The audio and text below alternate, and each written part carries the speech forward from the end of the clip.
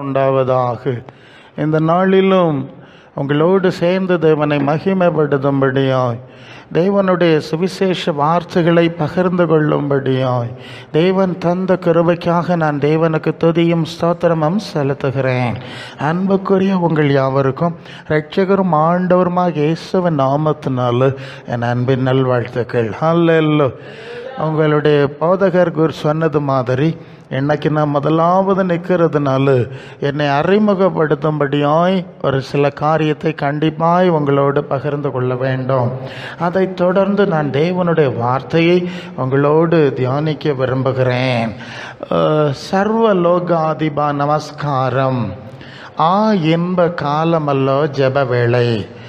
ஜீவ வசனம் கூறுவோம், சகோதரரே சேர்ந்து எக்காலம் ஓதுவோம் என்று சொல்லி 3 பாடல்கள். அந்த சர்வலோகாதிபா நமஸ்காரம் எல்லாருக்கும் தெரிஞ்ச ஒரு பிரபலமான பாட்டு தானே. இந்த 3 பாடல்களை எழுதினவர் என்னுடைய பாட்டனார் அருள் திரு மா வேதமாணிக்கம் ஐயர் அவர்கள். கல்லுக்கூட்டம் CSI திருச்சபையில் அந்த நாட்களில் பிரபலமான போதகராக இருந்தார்கள். அவருடைய குடும்பத்தில் அவருடைய பேரனாக நான் பிறந்தேன். எங்கள் அம்மா என்னை பெற்றெடுப்பதற்காக நெய்யூரில் ஹாஸ்பிட்டல் இருக்கு இல்லையா, அந்த ஹாஸ்பிட்டலில் அட்மிட் பண்ணியிருந்தாங்களாம். அப்போ டாக்டர்ஸ் சொன்னாங்களாம், ஒன்றில் தாயை பாதுகாக்க முடியும் அல்லது பிள்ளையை பாதுகாக்க முடியும், 2 பேரையும் பாதுகாக்க முடியாது என்று கண்டிப்பாக சொல்லியிருக்கிறார். அப்போது எங்கள் அம்மா சித்தி மாதிரிலாம் சேர்ந்து கண்ணீரோட ஒரு பொருத்தனை பண்ணி ஜெபம் பண்ணியிருக்காங்க. இந்த பிள்ளையை சுகமாய் பெற்றெடுக்க உதவி செஞ்சால் இந்த பிள்ளையை உமக்கு தந்துடுவோம், நம்முடைய ஊழியத்துக்கு தந்து விடுவோம் என்று சொல்லி ஒரு பொருத்தனை பண்ணி ஜெபம் பண்ணியிருக்காங்க. கர்த்தர் அற்புதம் செஞ்சிட்டார். 2 பேரும் பாதுகாக்கப்பட்டுட்டோம். 76 வயசு வரைக்கும் என் தாயார் உயிரோடு இருந்து தான் கடந்து போனார். இது அவங்க மறந்தாங்களா மறைச்சாங்களான்னு எனக்கு தெரியாது.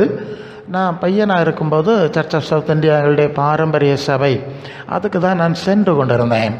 அப்படி இருக்கும்போது ஒரு கட்டத்தில் நான் கொஞ்சம் 14 வயசு பக்கம் வரும்போது இங்கே சர்ச் ஆஃப் சவுத் இந்தியாவில் ஒரு காரியம் நடந்தது.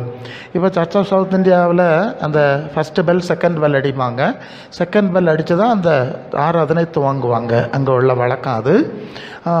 அந்த குருவானவர் போதகர் நாம் ஜெபம் செய்வோமாக என்று சொல்லி ஆரம்பிப்பார். அந்த நேரத்தில் அந்த நாளில் அந்த சபையில் இருந்த செக்ரட்டரி டீக்கன்மார் எல்லாம் சேர்ந்து ஒரு குரூப்பு சேர்ந்து முன்னால் இப்படி பாஸ்டர் நிற்கிறாருன்னா இவருக்கு முன்னால் இதில் வந்து நீர் தொழுகை நடத்தப்படாது, ஆராதனை நடத்தப்படாதுன்னு தகராறு பண்ணினாங்க. நான் ரொம்ப சின்னவன், எனக்கு இது ரொம்ப தெரியும். ஏதோ அந்த கமிட்டிக்கும் அந்த குருவானவருக்கு இடையில் ஏதோ ப்ராப்ளம், கருத்து வேறுபாடு இருந்திருக்க வேண்டும் இல்லையா. அதனால தான் நீருங்க ஆராதனை நடத்தப்படான்னு சண்டை பண்ணுறான். அப்போ நான் முன்னால் நிற்கிறேன், சின்னவன். நான் நினைக்கிறேன், இது வந்து நம்ம தேவனை தொழுகை செய்கிறதுக்காக இங்கே வந்திருக்கிறோம் இல்லையா. இந்த இடத்துல வந்து அவங்க ஏன் இதை பண்ணுறாங்க? அவங்களுக்கு ஏதாவது பிரச்சனை இருந்தால் அவங்க இந்த கூட்டம் முடிஞ்ச பிறகு உட்காந்து தாராளமாக பேசிக்கலாம் இல்லையா. இங்கே ஏன் இப்படி வந்து பண்ணுறாங்க எனக்கு தெரியலை. எனக்கு ஒரு பெரிய மனக்குழப்பம். என்ன இது, ஒரு பெரிய தேவனை ஆராதனை செய்ய வந்திருக்கிறோன்னு சொன்னால் இப்படியெல்லாம் நடக்குது. நம்ம கிறிஸ்தவ குடும்பத்தில் பிறந்திருக்கிறதுனால இங்கே வந்திருக்கோம். ஒரு இன்னொரு சூழ்நிலையில் பிறந்திருந்தா இன்னொரு விதமான ஒரு தொழுகை ஸ்தலத்துக்கு சென்றிருப்போம் இல்லையா. ஒரு மாஸ்க்குக்கோ இல்லைன்னா வேற ஒரு க்ஷேத்திரத்துக்கோ போயிருப்போம். மற்றபடி வேறுபாடு எதுவும் இல்லை என்று நான் நினைத்து கொண்டு எனக்கு சர்ச்சுக்கு போகிறதுக்கு இன்ட்ரெஸ்ட் இல்லாமல் ஆயிடுச்சு. அதுக்கு பிறகு இது என்ன சர்ச்சு, என்ன தெய்வம், அப்படி கொஞ்சம் சில நாட்கள் அப்படி இருக்கும்போது என் உள்ளத்தில் ஒரு ஆழமான உணர்வு பேசி கொண்டிருக்கிறது. இங்கே காண்கிற கேட்கிற காரியத்தை வச்சு நீ ஒரு தவறான முடிவுக்கு வந்து விடக்கூடாது. இந்த தேவனை நீ தேடி பார்த்தால் தென்படுவார் அப்படின்னு ஒரு உணர்வு பேசுது. ஆனால் அதை எப்படி தேடுறதுன்னு எனக்கு தெரியும். அப்போது நான் நினைக்கிறேன், இதை எப்படி கடவுளை போய் எங்கே தேடுறது ஐடியா இல்லை. அப்போ சர்ச் ஆஃப் சவுத் இந்தியாவில் அந்த பைபிள் ரீடிங் 4 பைபிள் ரீடிங் வாசிப்பாங்க. பழைய ஏற்பாட்டில் 2 அதாவது சங்கீதம் மாறி மாறி வாசிப்பாங்க, இன்னொரு பகுதி வாசிப்பாங்க. புதிய ஏற்பாட்டில் அந்த இயேசுவின் நற்செய்தி பகுதியில் சுவிசேஷ பகுதி அந்த குருவானவர் போதகர் வாசிப்பார். அப்போ எல்லாரும் எழும்பி நிற்கணும். எழும்பி நின்று சுவிசேஷ பகுதி அப்படி ஒன்று உண்டு. அப்புறம் ஒரு நிருப பகுதி வேறு யார்கிட்டையாவது கொடுப்பாங்க, அவங்க வாசிப்பாங்க. சரிதானே? அது அந்த இதில் பழக்கம் உள்ளவங்களுக்கு தெரியும். ஸோ இந்த பகுதிக்குள்ளே இருந்து தான் அந்த செய்தியை அந்த போதகர் எடுத்து பிரசங்கம் பண்ணணும். அதான் ஒழுங்கு. இதுக்குள்ளே தான் அந்த செய்தி இருக்கணும். இப்படி தான் அங்கே வழக்கம். அப்போ நான் நினைக்கிறேன், அப்போ நமக்கு என்ன செய்வோம்? இந்த பைபிளை வச்சு தான் எல்லாருமே செஞ்சிட்ருக்கு, இதெல்லாம் நடக்குதில்லை. அப்போ இந்த பைபிளையை நான் படித்து பார்த்து விடுவோம் என்று சொல்லி இந்த பைபிளை எடுத்து வழக்கத்தின்படி நான் பழைய ஏற்பாட்டில் கொஞ்சம், புதிய ஏற்பாட்டில் கொஞ்சம் இப்படி படிக்க ஆரம்பித்தேன். இப்போ அடுத்த பிரச்சனை வந்துட்டு. என்ன பிரச்சனைன்னா, அங்கே பழைய ஏற்பாட்டில் ஒரு கண்ணுக்கு கண்ணு, பல்லுக்கு பல்லு, பழி தீர்க்க வேண்டும், பள்ளி கொடுக்கணும் இல்லையா? அப்படி இருக்கு இல்லையா? ஓகே. இந்த பக்கம் வந்தால் ஒரு கன்னத்தில் அடித்தவனுக்கு மறு கன்னத்தை காட்டு. சரிதானே? அங்கே புசிக்கிறது, குடிக்கிறது, கொண்டாடுறது ஆசீர்வாதம். அது சாலமன் அப்படி தான் சொல்லுவான் பிரசங்கில். இங்கே தேவனுடைய ராஜ்யம் புசிப்பும் குடிப்பான். தேவனுடைய ராஜ்யம் புசிப்பும் குடிப்பான் அல்ல, அது நீதியும் சமாதானமும் பரிசுத்த ஆவியினால் உண்டாகிற சந்தோஷமாக இருக்கிறது அப்படின்னு சொல்லியிருக்கு. சரிதானே? புரியுதா? இந்த ட்ரிப்பிளில் குறைச்சா நல்லாயிருக்கும். ஓகே, ஹல்லேலூயா. இப்போ இப்படி இருக்குது. எனக்கு குழப்பம் ஆகி போச்சு. என்ன இது? ஒன்று வடக்கு, இன்னொன்று தெற்கு. அடுத்த பிரச்சனை. நான் கொஞ்சம் ப்ராக்டிக்கலாக அப்படியே தான் பேசுகிறேன், தான் எனக்கு வழக்கம். இது என்ன இது? இப்போ எந்த பக்கத்தில் போகிறது? ஒன்றுக்கு எதிராக ஒன்று இருக்குது. திருப்பியும் குழப்பம். திருப்பியும் பைபிளை போட்டாச்சு. இல்லையா? பின்னும் எனக்கு தோணுன மாதிரி அப்படியே நடக்கிறேன். இது எப்படி கடவுளை தேடுது? அப்படி வேறு ஐடியா ஒன்றும் இல்லை. அப்படி இருக்கும்போது என் முன்னால் ஒரு காட்சி அடிக்கடி வருகிறது. அது என்ன காட்சி என்று சொன்னால், அது என்ன காட்சின்னா, நான் ஒரு 13 வயசு இருக்கும்போது எங்கள் சர்ச்சில் இயேசுவனுடைய வாழ்க்கை வரலாறு ஃபிலிம், அந்த சினிமா போடுவாங்க, ஒரு காட்சி கேம்பஸ் கோர் சைட்லேருந்து போட்டாங்க, இயேசுவனுடைய வாழ்க்கை வரலாறு. அதில் இயேசுவை சிலுவையில் அறைவாங்க. ஒரு பெரிய டப்பா வரும், அதுலேருந்து ஒரு ஆணி எடுத்து அறைவாங்க. அது சின்ன பையனாக இருக்கும்போது ஒரு நபரை, ஒரு மனிதரை நேரடியாக சித்திரவதை செய்து கொல்லுகிற காட்சி இல்லையா? அதுதான் முதல்ல நான் பார்த்தது. அது என் மனசில் அதை பார்த்துக்கிட்டே இருந்தேன். அப்போ இது என்னது? அது அந்த நேரத்தில் எனக்குள்ள ஒரு பயங்கரமான உணர்வை உண்டாக்கி விட்டது. நான் அப்படியே உட்காந்துட்டேன், எனக்கு அசையாமல். இது ஒரு 13 வயசில் நடந்திருக்கோன்னு நினைக்கிறேன். இப்போ எனக்கு 15, ஆமாம், வயசு 16 நினைக்கிறேன், அந்த வயசு. இப்போ அந்த காட்சி அன்று எனக்குள்ள பாதிப்பை ஏற்படுத்திச்சு இல்லையா ஒரு காட்சி? அந்த காட்சி அடிக்கடி எனக்கு முன்னே போய் கொண்டிருக்கிறது. அப்போ நான் நினைக்கிறேன், இது இயேசு சிலுவையில் அறையிற காட்சி இல்லையா? இது ஏன் இப்படி வருது அப்படின்னு நினச்சிட்டு, சரி அப்போ இயேசு யாருன்னு படிப்போம். எப்படி?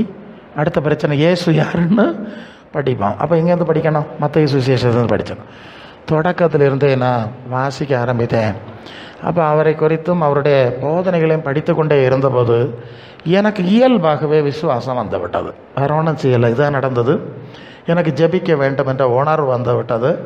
நான் ஜெபிக்க ஆரம்பிக்கிறேன். அப்போ நான் சொன்னேன், தேவனே, உன்னுடைய வார்த்தை இயேசுவின் வார்த்தை, தேவனுடைய வார்த்தை என்று நான் விசுவாசிக்கிறேன். நான் இன்னும் இதை அதிகமாக நான் படிக்க போகிறேன், விரும்புகிறேன். எவ்வளவு கற்றுக்கொள்ளணும் அவ்வளவு தூரம் நான் அவரோடு நடப்பேன். நல்ல எல்லோ. மற்றபடி எனக்கு இந்த சபை, சங்கம், ஸ்தாபனம் ஒன்றும் அதெல்லாம் நான் இப்போ நம்ப தயாரில்லை. ஏன்னா சூழ்நிலை பார்த்துட்டிங்க இல்லையா? இப்படி இருக்கும். இதே நான் படிக்கிறேன், இதிலே நான் போகிறேன், இவ்வளவுதான். இப்போ ஏன்னா இதை படித்த போது தான் எனக்குள்ள விசுவாசம் வந்து, நான் சொன்னேன்ல. ஆகவே நான் இயேசுவின் இந்த புதிய ஏற்பாட்டு பகுதியை படிப்பதும், தியானிப்பதும், சிந்திப்பதும் அப்படியே நடந்து கொண்டிருக்கிறது. இப்படி நடந்து கொண்டிருந்த போது எங்கள் வீட்டுக்கு சபையினுடைய போதகர், சர்ச் பாஸ்டர் ஹவுஸ் விசிட், வீடு விசிட்டுக்கு வருவாங்க. எங்கள் சர்ச்சில் மாதத்துக்கு ஒரு தடவை அப்படி ஒரு ரவுண்டுக்கு வருவார். அப்போ வரும்போது எங்கள் அம்மா சொல்லுவாவ, இந்த பையன் கோயிலுக்கு வரமாட்டான், இவன்கிட்ட நீங்கள் கொஞ்சம் பேசணும், இவன் பெரிய அதிக பிரசங்கி இல்லை என்று எங்கள் அம்மா அந்த குருவானவர்கிட்ட போட்டு கொடுத்துட்டான். ஸோ அப்போ பாஸ்டர் வந்தோடனே என்ன தேடுவார், கூப்பிடுவார். என்ன தம்பி, அண்ணா நாட்டையர் பரம்பரை இல்லையா, குடும்பம் இல்லையா, சாதாரணமான விஷயமா என்ன, அதனால் தேட தான் செய்வாங்க. ஸோ அப்படி கூப்பிடுவார். அப்போ நாங்கள் 2 பேரும் பக்கத்தில் உட்காந்து அந்த இதில் உட்காந்து செட்டின்னு சொல்லுவோம், பக்கத்தில் உட்காந்து நாங்கள் பேசி கொண்டு இருப்போம். பேசி கொண்டு இருந்தபோது அப்போ நான் ஏன் சர்ச்சுக்கு வரலன்னெலாம் கேட்டார். அப்போ நான் சொன்னேன், நீங்கள் வாரதுக்கு முன்னால் இப்படி தான் நடந்துங்க, அது உங்களுக்கு தெரியாமல் இருக்கலாம். ஸோ அதுக்கு பிறகு தான் இப்படியெல்லாம் எனக்கு மண்டை குழம்பி போச்சு. குழம்பி நான் கோயிலுக்கு கொண்டு போகாமல் சுற்றிட்டு நடந்தேன். அதுக்கு பிறவாக்கம் பைபிளை படிக்க வேண்டிய சூழ்நிலை இப்படி ஆச்சுது. பிறகு கடைசியில் இயேசுநாதர்கிட்ட வந்து சேர்ந்தேன். இப்போ இயேசுநாதரையே படிச்சுக்கிட்டு இருக்கேன். கொள்ளாமா இயேசுநாதர் உண்மை தானே, அப்படி தான் சொன்னேன். இப்போ இயேசுநாதரை படிச்சுக்கிட்டு இருக்கேன். அப்படியே சீடர்கள் என்ன செய்தாவன்னு எல்லாம் படிச்சுக்கிட்டு இருக்கேன். அங்கே படிக்கும்போது அந்த பைபிளில் நான் படித்த போது நான் அறிந்த காரியங்களுக்கும் நம்முடைய சபையிலே நாம் காண்கிற காரியங்களுக்கும் பல வேறுபாடுகள் இருக்கிறது. சரிதானே? பைபிள் எங்கே படித்தா ஒரு டைப்பில் இருக்குது, அங்கே இன்னும் சில வேறுபாடு இருக்குது அப்படி என்று சொன்னேன். அப்போது அந்த போதகர் சொன்னார், நீங்கள் சொல்ல சரிதான் தம்பி, இந்த பைபிளை யார் படித்தாலும் சுவிசேஷத்தை, பைபிளில் இருக்க சுவிசேஷத்தை படித்தா எல்லாருக்கும் கொஞ்சம் வித்தியாசமாக தான் தோணுது. இல்லையா? ஆமாம், வித்தியாசமாக தான் தோணுது. நாம் உலகத்தில் கிறிஸ்தவ பிரிவுகள், அதாவது இந்த ஒரு பைபிள் தான் எல்லாரும் வச்சுருக்காங்க. கத்தோலிக்கர்களுக்கும் இதே பைபிள் தான், புதிய ஏற்பாடு இதே பைபிள் தான், அது தமிழ் புதிய மொழிபெயர்ப்பு. இப்போ புதிய பைபிளையும் மற்றவங்களும் ஏற்றுக்கொண்டாச்சு இல்லையா? சரி, ஒரே பைபிள் தான் வைத்திருக்கிறார்கள். ஆனால் எல்லாரும் இப்போ கத்தோலிக்கம், பெந்தேகோஸ்து, Lutheran, salvation army, Baptist mission, இயேசு நாமம்லாம் நிறைய பிரிவு இருக்குது, நமக்கு தெரியும் இல்லையா? எல்லோரும் ஒரு பைபிள் தானே வச்சுருக்காங்க. ஏன்னா எல்லா இடத்துலையும் போயிட்டு வந்தாச்சு, என்ன ஆண்டவர் எல்லா இடத்துலையும் பயன்படுத்துகிறார். ஒரு பைபிள் தான், ஆனால் ஒவ்வொரு பாரம்பரியம் இருக்கிறது. அவரவர் என்ன புரிஞ்சாங்களோ அவங்களுக்கு ஒரு சபைக்கு ஒரு பாரம்பரியம் இருக்கிறது. அதில் தான் பைபிள் ஒன்று தான். யாருமே இந்த பைபிளில் இருக்கிறது மாதிரி வாழறது கிடையாது. அந்த பாரம்பரியத்தில் தான் எல்லா சபையாரும் நிற்கிறாங்க. நாம் நம்முடைய சிஎஸ்ஐ சபையினுடைய பாரம்பரியங்களை பின்பற்றுகிறோம் என்று சொன்னார்.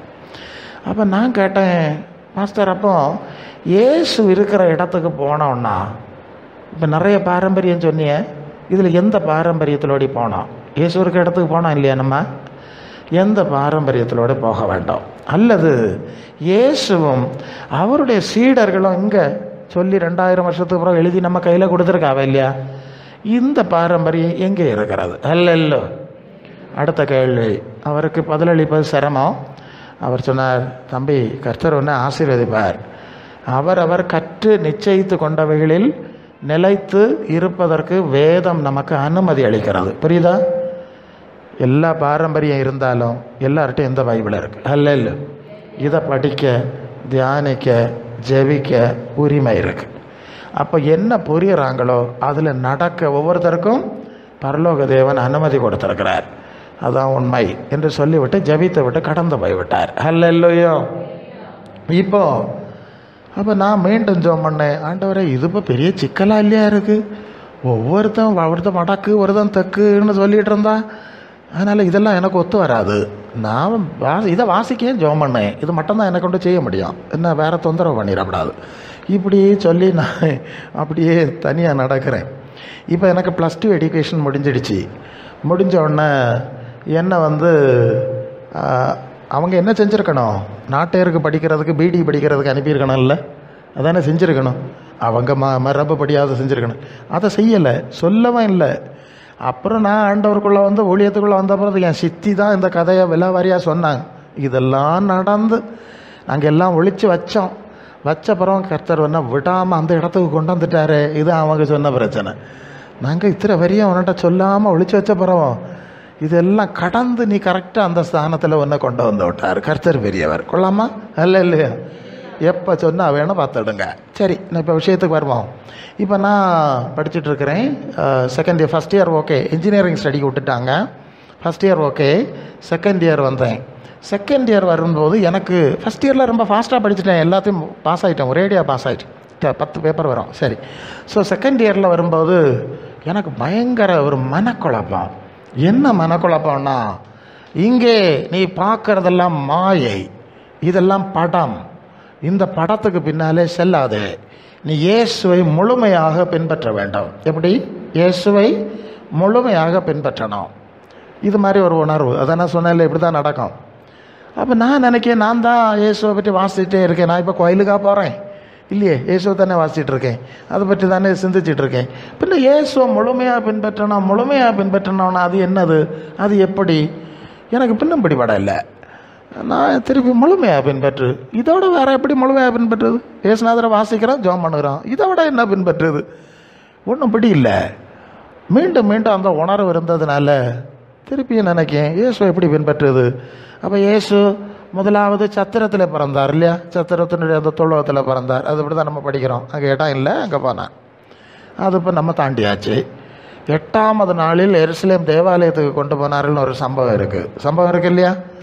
8ஆம் நாளும் தாண்டியாச்சு. 12வது வயசில் அவர் தேவாலயத்தில் வேதபாரகர் பரிசேயரோடு வேதத்தை குறித்து பேசிக்கொண்டு தர்க்கம் பண்ணி கொண்டு நின்றாருன்னு ஒரு சம்பவம் இருக்கு இல்லையா.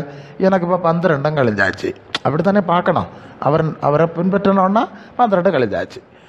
அதுக்கு அடுத்தது ஏறக்குறைய 30 வயசான போது அவர் தேவாலயத்தை விட்டு வெளியே போனார். எங்கே போனாராம்?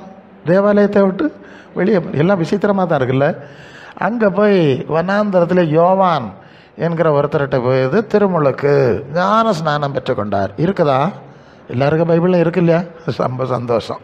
பெற்றுக்கொண்டார் அப்படின்னு இருக்குது.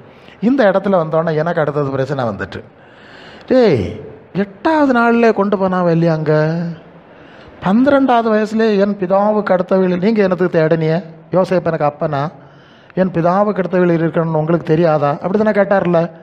பின்ன என்னத்துக்கு 30 வயசு வரைக்கும் அவர் காத்திருக்கணும்? அதுவும் கோயிலுக்கு வெளியே போனோம், அங்கே வனாந்தரத்துக்கு என்னத்துக்கு போனோம்? அங்கே போய் அட்ரஸ் இல்லாத ஒருத்தனிட்ட போய், ஆமாம் அவர் பிஷப்பும் இல்லை, அவருக்கு ஆர்டினேஷனும் இல்லை, கொடுக்கல இல்லையா. இவங்க இதெல்லாம் இங்கே தானே இருக்குது, உள்ள தானே இருக்குது, அங்கே போய் ஞானஸ்நானம் இருக்கணும். எனக்கு பெரிய குழப்பம். அப்போ ஞானஸ்நானம்னா என்னது எனக்கு அப்போ தெரியாதல்ல. அதை பற்றி ஆராய்ச்சி, நான் அப்போவே ரொம்ப ஆராய்ச்சி பண்ணுறவன், ஆராய்ச்சியிலே இருந்தேன். நீங்கள் மார்க்கு சுவிசேஷம் 16ஆம் அதிகாரம் 15-16 வசனங்களில் வரும்போது இயேசு சொன்னார், நீங்கள் புறப்பட்டு போய் சகலருக்கும் சுவிசேஷத்தை பிரசங்கம் பண்ணுங்கள். அடுத்த வசனம் என்ன சொல்லுது? விசுவாசம் உள்ளவனாகி ஞானஸ்நானம் பெற்றவன் எதில் விசுவாசம் உள்ளவனாகி ஆகணும்? புரியலையோ? எதை விசுவாசிக்கணும்? சுவிசேஷத்தை வர இயேசுவின் நாமத்தை இல்லை, பிரசங்கம் பண்ணது சுவிசேஷத்தை இல்லையா? அப்போ சுவிசேஷத்தை இல்லையா விசுவாசிக்கணும்? அப்படி தான் வரும், வேறு இடங்கள்லையும் அப்படி தான் வரும். அப்போ இயேசுவின் மூலம் கொடுத்த சுவிசேஷம் பிரசங்கிக்கப்பட வேண்டும் இல்லையா? அதை கேட்கணும், அதில் விசுவாசம் வரணும், அதுக்கு அர்ப்பணிக்கணும், அப்போ ஞானஸ்நானம் கொடுக்கணும். சரிதானே? சும்மா ரோட்டில் போகிறவங்களுக்கு வரவங்களுக்கெல்லாம் கொடுக்க முடியாது இல்லையா? நம்பர் 1. அப்போ எனக்கு குழப்பம். எனக்கு 5 வயசில் ஞானஸ்நானம் கொடுத்தாங்க. அப்போ நடந்த வேடிக்கை என்னன்னா, நான் எபனேசர்னு ஒரு பாஸ்டர் எனக்கு ஞானஸ்நானம் கொடுத்தாங்க. அது மட்டும் ஞாபகம் இருக்குது. அவர் பிரபலமாக சொல்லிகிட்டு இருப்பாங்க, ஏன்னா ஞானஸ்நானம் கூட எனக்கு தந்தவர் இல்லையா. அப்போ இப்படி முன்னால் நிற்கிறேன், எங்கள் அப்பா அந்த பக்கம் நிற்காரு, அம்மா அந்த பக்கம் நிற்கிறாங்க. அந்த போதகர் எங்கள் அப்பா அம்மாட்ட கேட்டார், இந்த பிள்ளையை நீங்கள் இப்படி வளர்ப்பீர்களா, என்ன மாதிரி வளர்ப்பீர்களான்னு கேட்டார். அப்போ கேட்டுக்கிட்டு அவரே சொல்லி கொடுத்தார், ஆம் என்று சொல்லுங்கள். இப்போ எப்படின்னு எனக்கு தெரில, ஓகே, நான் அப்போ உள்ள சொல்கிறேன். அவரே சொல்லிட்டு வளர்ப்பீர்களான்ட்டு ஆம் என்று சொல்லுங்கள்னு சொல்கிறார். அப்போ எனக்கு ஒரு சந்தேகம், இது என்னடா அவரே சொல்கிறாரு, அவரே ஆம் என்று சொல்லுங்கன்னு வர சொல்கிறாரு, ஏதோ வில்லங்கமாக இருக்குமோ? நான் அப்போவுமே கொஞ்சம் துறதுறான ஆள், ரொம்ப சிந்தனை உள்ளவன். நான் உடனே திரும்பி எங்கள் அப்பாவை பார்க்குறேன், எங்கள் அம்மாவை பார்க்குறேன். ஏன்னா இவ்வளோ தூரம் ஸ்ட்ராங்காக வித்தியாசமாக போயிட்டுருக்கு. அவரே சொல்கிறாரு, அவரே ஓகே சொல்கிறாருன்னா இது ஏதோ பிரச்சனை இருக்குன்னு திரும்பி பார்த்தா ஓகே ஆம் 2 பேரும் தலையாட்டியாச்சு. அடுத்தது அவர் இந்த ஒரு தண்ணி இது மாதிரி ஒன்றில் வச்சுருக்கோம், அதை எடுத்தார். பிதா சுத குமாரன் பரிசுத்தாவின் பெயராலே நான் உனக்கு ஞான ஸ்நானம் கொடுக்கேன்னு என் தலையில் தண்ணியை வச்சு நெத்தியில் ஒரு சிலுவையும் போட்டுட்டார். அப்போ இது 5 வயசு, அப்போ முடிஞ்சு போயிடுச்சு. அப்போ கடந்து போயிட்டு இப்போ நான் நினைக்கிறேன், எப்போ இந்த ஞான ஸ்நானத்தை ஆராய்ச்சி பண்ண. எனக்கு கேள்வி என்னன்னா, எங்கள் அப்பாட்ட தானே கட்டிங்க, எங்கள் அம்மாட்ட தானே கட்டிங்க, தண்ணியை நீங்கள் அவங்க தலையில் தானே வச்சுருக்கணும். அதானே பாட்டு டென்ஷன் ஆகிட்டேன்.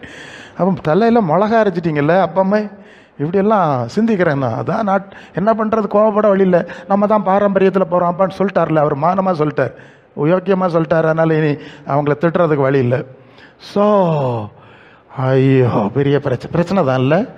சுவிசேஷமும் தெரியாது, ஒன்றும் தெரியாது, தண்ணியை வச்சு விட்டாச்சு. சரி, அப்புறம் நீங்கள் மத்தேயு சுவிசேஷம் 28ஆம் அதிகாரம் கடைசி 2 வசனத்தில் வரும்போது ஆண்டவர் சீடர்கிட்ட சொல்லுவார், நீங்கள் புறப்பட்டு போனோம். யார் புறப்பட்டு போனோம்? நீங்கள்னா யாரு? நீங்கள்னா யாருன்னு தெரியுமா? இயேசு தன்னோடு 12 சீடர்லாம் வச்சுருந்தார். சரிதானா? அதில் ஒருத்தன் போயிட்டான். 11 பேர் இருக்கிறான்ல, அது யாக்கோபு மார்க் 3:14. 3:14 என்ன சொல்லுது? தம்மோடு கூட இருக்கவும். சரியா? 12 பேரை தெரிஞ்செடுத்தார், தம்மோடு கூட வைத்திருந்தார். அதான் இயேசுவோடு இருந்தவர்கள், இயேசுவிடம் கற்றுக்கொண்டவர்கள், இயேசுவின் மாதிரியை அறிந்திருந்தவர்கள். இப்போ புரியுதா? அப்போ தானே தன்னோடு கூட இருந்தோம். வேற யார்கிட்டையும் இருந்ததை பற்றி பேசலை. இயேசுவோடு இருந்திருக்கணும், இயேசுவோடு நடந்திருக்கணும், இயேசுவின் மாதிரியில் நடந்திருக்கணும். அப்படிப்பட்டவங்க அவங்கள்ட்ட சொல்கிறார், நீங்கள் புறப்பட்டு போய் சகல ஜாதியும் பிதா குமாரன் சீஷராக்கி. எப்படி கொடுக்கணும்? சீஷராக்கி தானா? எல்லாருக்கும் பைபிள் இருக்கா? நீங்கள் அதே ஓல்டு டிரான்ஸ்லேஷன் தானே பயன்படுத்துகிறீங்க? ப்ரொட்டஸ்டன்ட். ஓகே, நான் நிறைய டிரான்ஸ்லேஷன் வச்சுருக்கேன், இது வச்சுருக்கேன், கத்தோலிக்கம் வச்சுருக்கேன். நான் திருப்பிரசங்கம் சில ஏரியாஸில் பண்ணும்போது அவங்க பைபிள் வச்சு தான் பேசுவேன். ஓகே, இப்போது சீஷர் ஆக்கணுமா வேண்டாமா? அப்போ சீஷர் ஆகுதுன்னா இயேசுவை பின்பற்றுதல் என்ற அர்த்தம். அல்ல, இயேசுவை பின்பற்றுதல் என்பது தான் சீஷர் ஆகுதல். பின்னால் சொல்கிறேன். அப்போ இயேசுவை பின்பற்ற விருப்பமுடையவர்கள் இல்லையா, அவங்களுக்கு தானே ஞானஸ்நானம் கொடுக்கணும். 2வது. 3வது, 1 பேதுரு 3ஆம் அதிகாரம் 21ஆம் வசனத்தில் பேதுரு அப்போஸ்தலர் சொல்லுவார், ஞானஸ்நானம்னு சொல்லுவது மாம்ச அழுக்கை நீக்குதலாக இராமல் தேவனை பற்றும் நல் மனசாட்சியின் உடன்படிக்கையாக இருந்து ரட்சிக்கிறது. சரிதானே? 21. சரியா? வசனம் தப்பா இல்லை. சரி, அப்போ ஞான ஸ்நானங்கிறது ஒரு தண்ணி விளையாட்டு கிடையாது. இங்கே நீங்கள் புரிய வேண்டிய விஷயம், அது ஒரு முக்கியமான விஷயம். அது வெறும் தண்ணீர் விளையாட்டு கிடையாது, தண்ணீர் சடங்கு கிடையாது. தண்ணி வச்சு கையை காலை கழுவுவது மாதிரி தண்ணியை வச்சு ஆத்மாவை கழுவ முடியாது. இல்லையா? வெறும் தண்ணி சடங்குனால ஆத்மா கழுவப்படாது. அது தேவனை பற்றும் உடன்படிக்கை. இயேசுவின் மூலம் கொடுத்த போதனைகள், உபதேசங்களை நான் கடைபிடித்து நடப்பேன். அது புதிய உடன்படிக்கை. மோசேயின் மூலம் கொடுத்த உடன்படிக்கை அல்ல. அதை நீங்கள் இங்கே விளங்கி கொள்ள வேண்டும். அது யோவான் 8ஆம் அதிகாரத்தில் 31 இருக்கும்னு நினைக்கிறேன். நீங்கள் கேட்குற வசனங்கள், செய்திகள், ஒருவேளை நீங்கள் வழக்கமாய் கேட்ட அறிந்த செய்திகளை விட ரொம்ப விசாலமாக இருக்கும், ரொம்ப ஆழமாக இருக்கும். ஏன்னா நான் ஆண்டவரோடு அப்படி நடந்து அவைகளை கற்றுக்கொண்டேன். அவைகளை எனக்கு உறுதியாய் தெளிவாய் படிப்பித்து தான் எல்லா சூழ்நிலைக்கும் அனுப்புகிறார். அல்ல, எல்லாருக்கும் ஒரே சுவிசேஷம், எந்த சபையாக இருந்தாலும் சரி. 8:31 தானே? இயேசு என்ன சொல்லுவார்? இயேசு தம்மை விசுவாசித்த யூதர்களை நோக்கி, நீங்கள் என் உபதேசத்தில் நிலைத்திருந்தால் மெய்யாகவே என் சீஷர், இயேசுவின் சீஷர். அப்போ மோசேனுடைய உபதேசத்தில் நிலைத்திருந்தால் மோசேனுடைய சீஷர். சரிதானே? இயேசுவின் உபதேசத்தில் நிலைத்திருந்தால் இயேசுவின் சீஷர். சரிதானே? இந்த வேறுபாடு புரியணும். பழைய ஏற்பாட்டு கொடுத்தார், யூதரில் பார்த்து தான் சொல்கிறார். யூதரில் போய் மோசையின் சீடர்களாக இருந்த யூதர்கள்ட்ட சொல்கிறார், நீங்கள் இனி மோசையின் சீஷராக இருக்க முடியாது, ஏன் சீஷராக மாறணும் அப்படின்னா நான் சொல்கிற போதனை, நான் உபதேசத்தை கடைப்பிடிக்கணும். இது புதிய உடன்படிக்கை. மோசையின் மூலம் ஒரு பழைய உடன்படிக்கையை கொடுத்தார். சரிதானே? அதுக்கெல்லாம் வசனம் இருக்குது, நேரம் போயிடும். புதிய உடன்படிக்கை இதில் நடந்தால் எனக்கு சீஷர். அப்போ இயேசுவுக்கு சீடராக்குதல், அந்த உபதேசங்களுக்கு கீழ்ப்படிந்து அதில் நடக்க ஒப்பு கொடுக்கிறவர்கள் சீடர்கள். சரிதானே? சந்தேகம் இல்லையே? சரி, அப்படி தான் ஞானஸ்நானம் கொடுக்கணும். இப்போ எனக்கு விஷயத்தில் இது நடக்கலை, தெரியாது இல்லையா? சீஷராக உண்மை தெரில. அடுத்தது, நீங்கள் ரோமருக்கு எழுதின நிருபம் 6ஆம் அதிகாரத்தில் முதல் வசனத்திலிருந்தே படித்தா அது 3ஆம் வசனம். இயேசு கிறிஸ்துவுக்குள் ஞானஸ்நானம் பெற்ற நாம் அனைவரும் அவருடைய மரணத்துக்குள்ளாக ஞானஸ்நானம் பெற்றதை அறியாமல் இருக்கிறீர்களா? பிதாவின் மகிமையினாலே கிறிஸ்து மரித்தவர்களிருந்து எழுப்பப்பட்டது போல நாமும் புதிதான ஜீவன் உள்ளவர்களாய் நடந்து கொள்ளும்படி அவருடைய மரணத்துக்குள்ளாக ஞானஸ்நானத்தினாலே கிறிஸ்துவுடனே கூட அடக்கம் பண்ணப்பட்டோம். அப்போ ஞானஸ்நானம்னு சொன்னால் ஒரு அடக்க நிகழ்வு, ஒரு உயிர் தழுதலின் நிகழ்வு. சரிதானே? 2 விஷயம், அடக்கமும் உயிர்த்தெழுதலும். பழைய கிறிஸ்துவுக்கு எதிரான புறம்பான பழைய நம்பிக்கை, பழைய வாழ்க்கையை முடித்து வைப்பது. சரியா?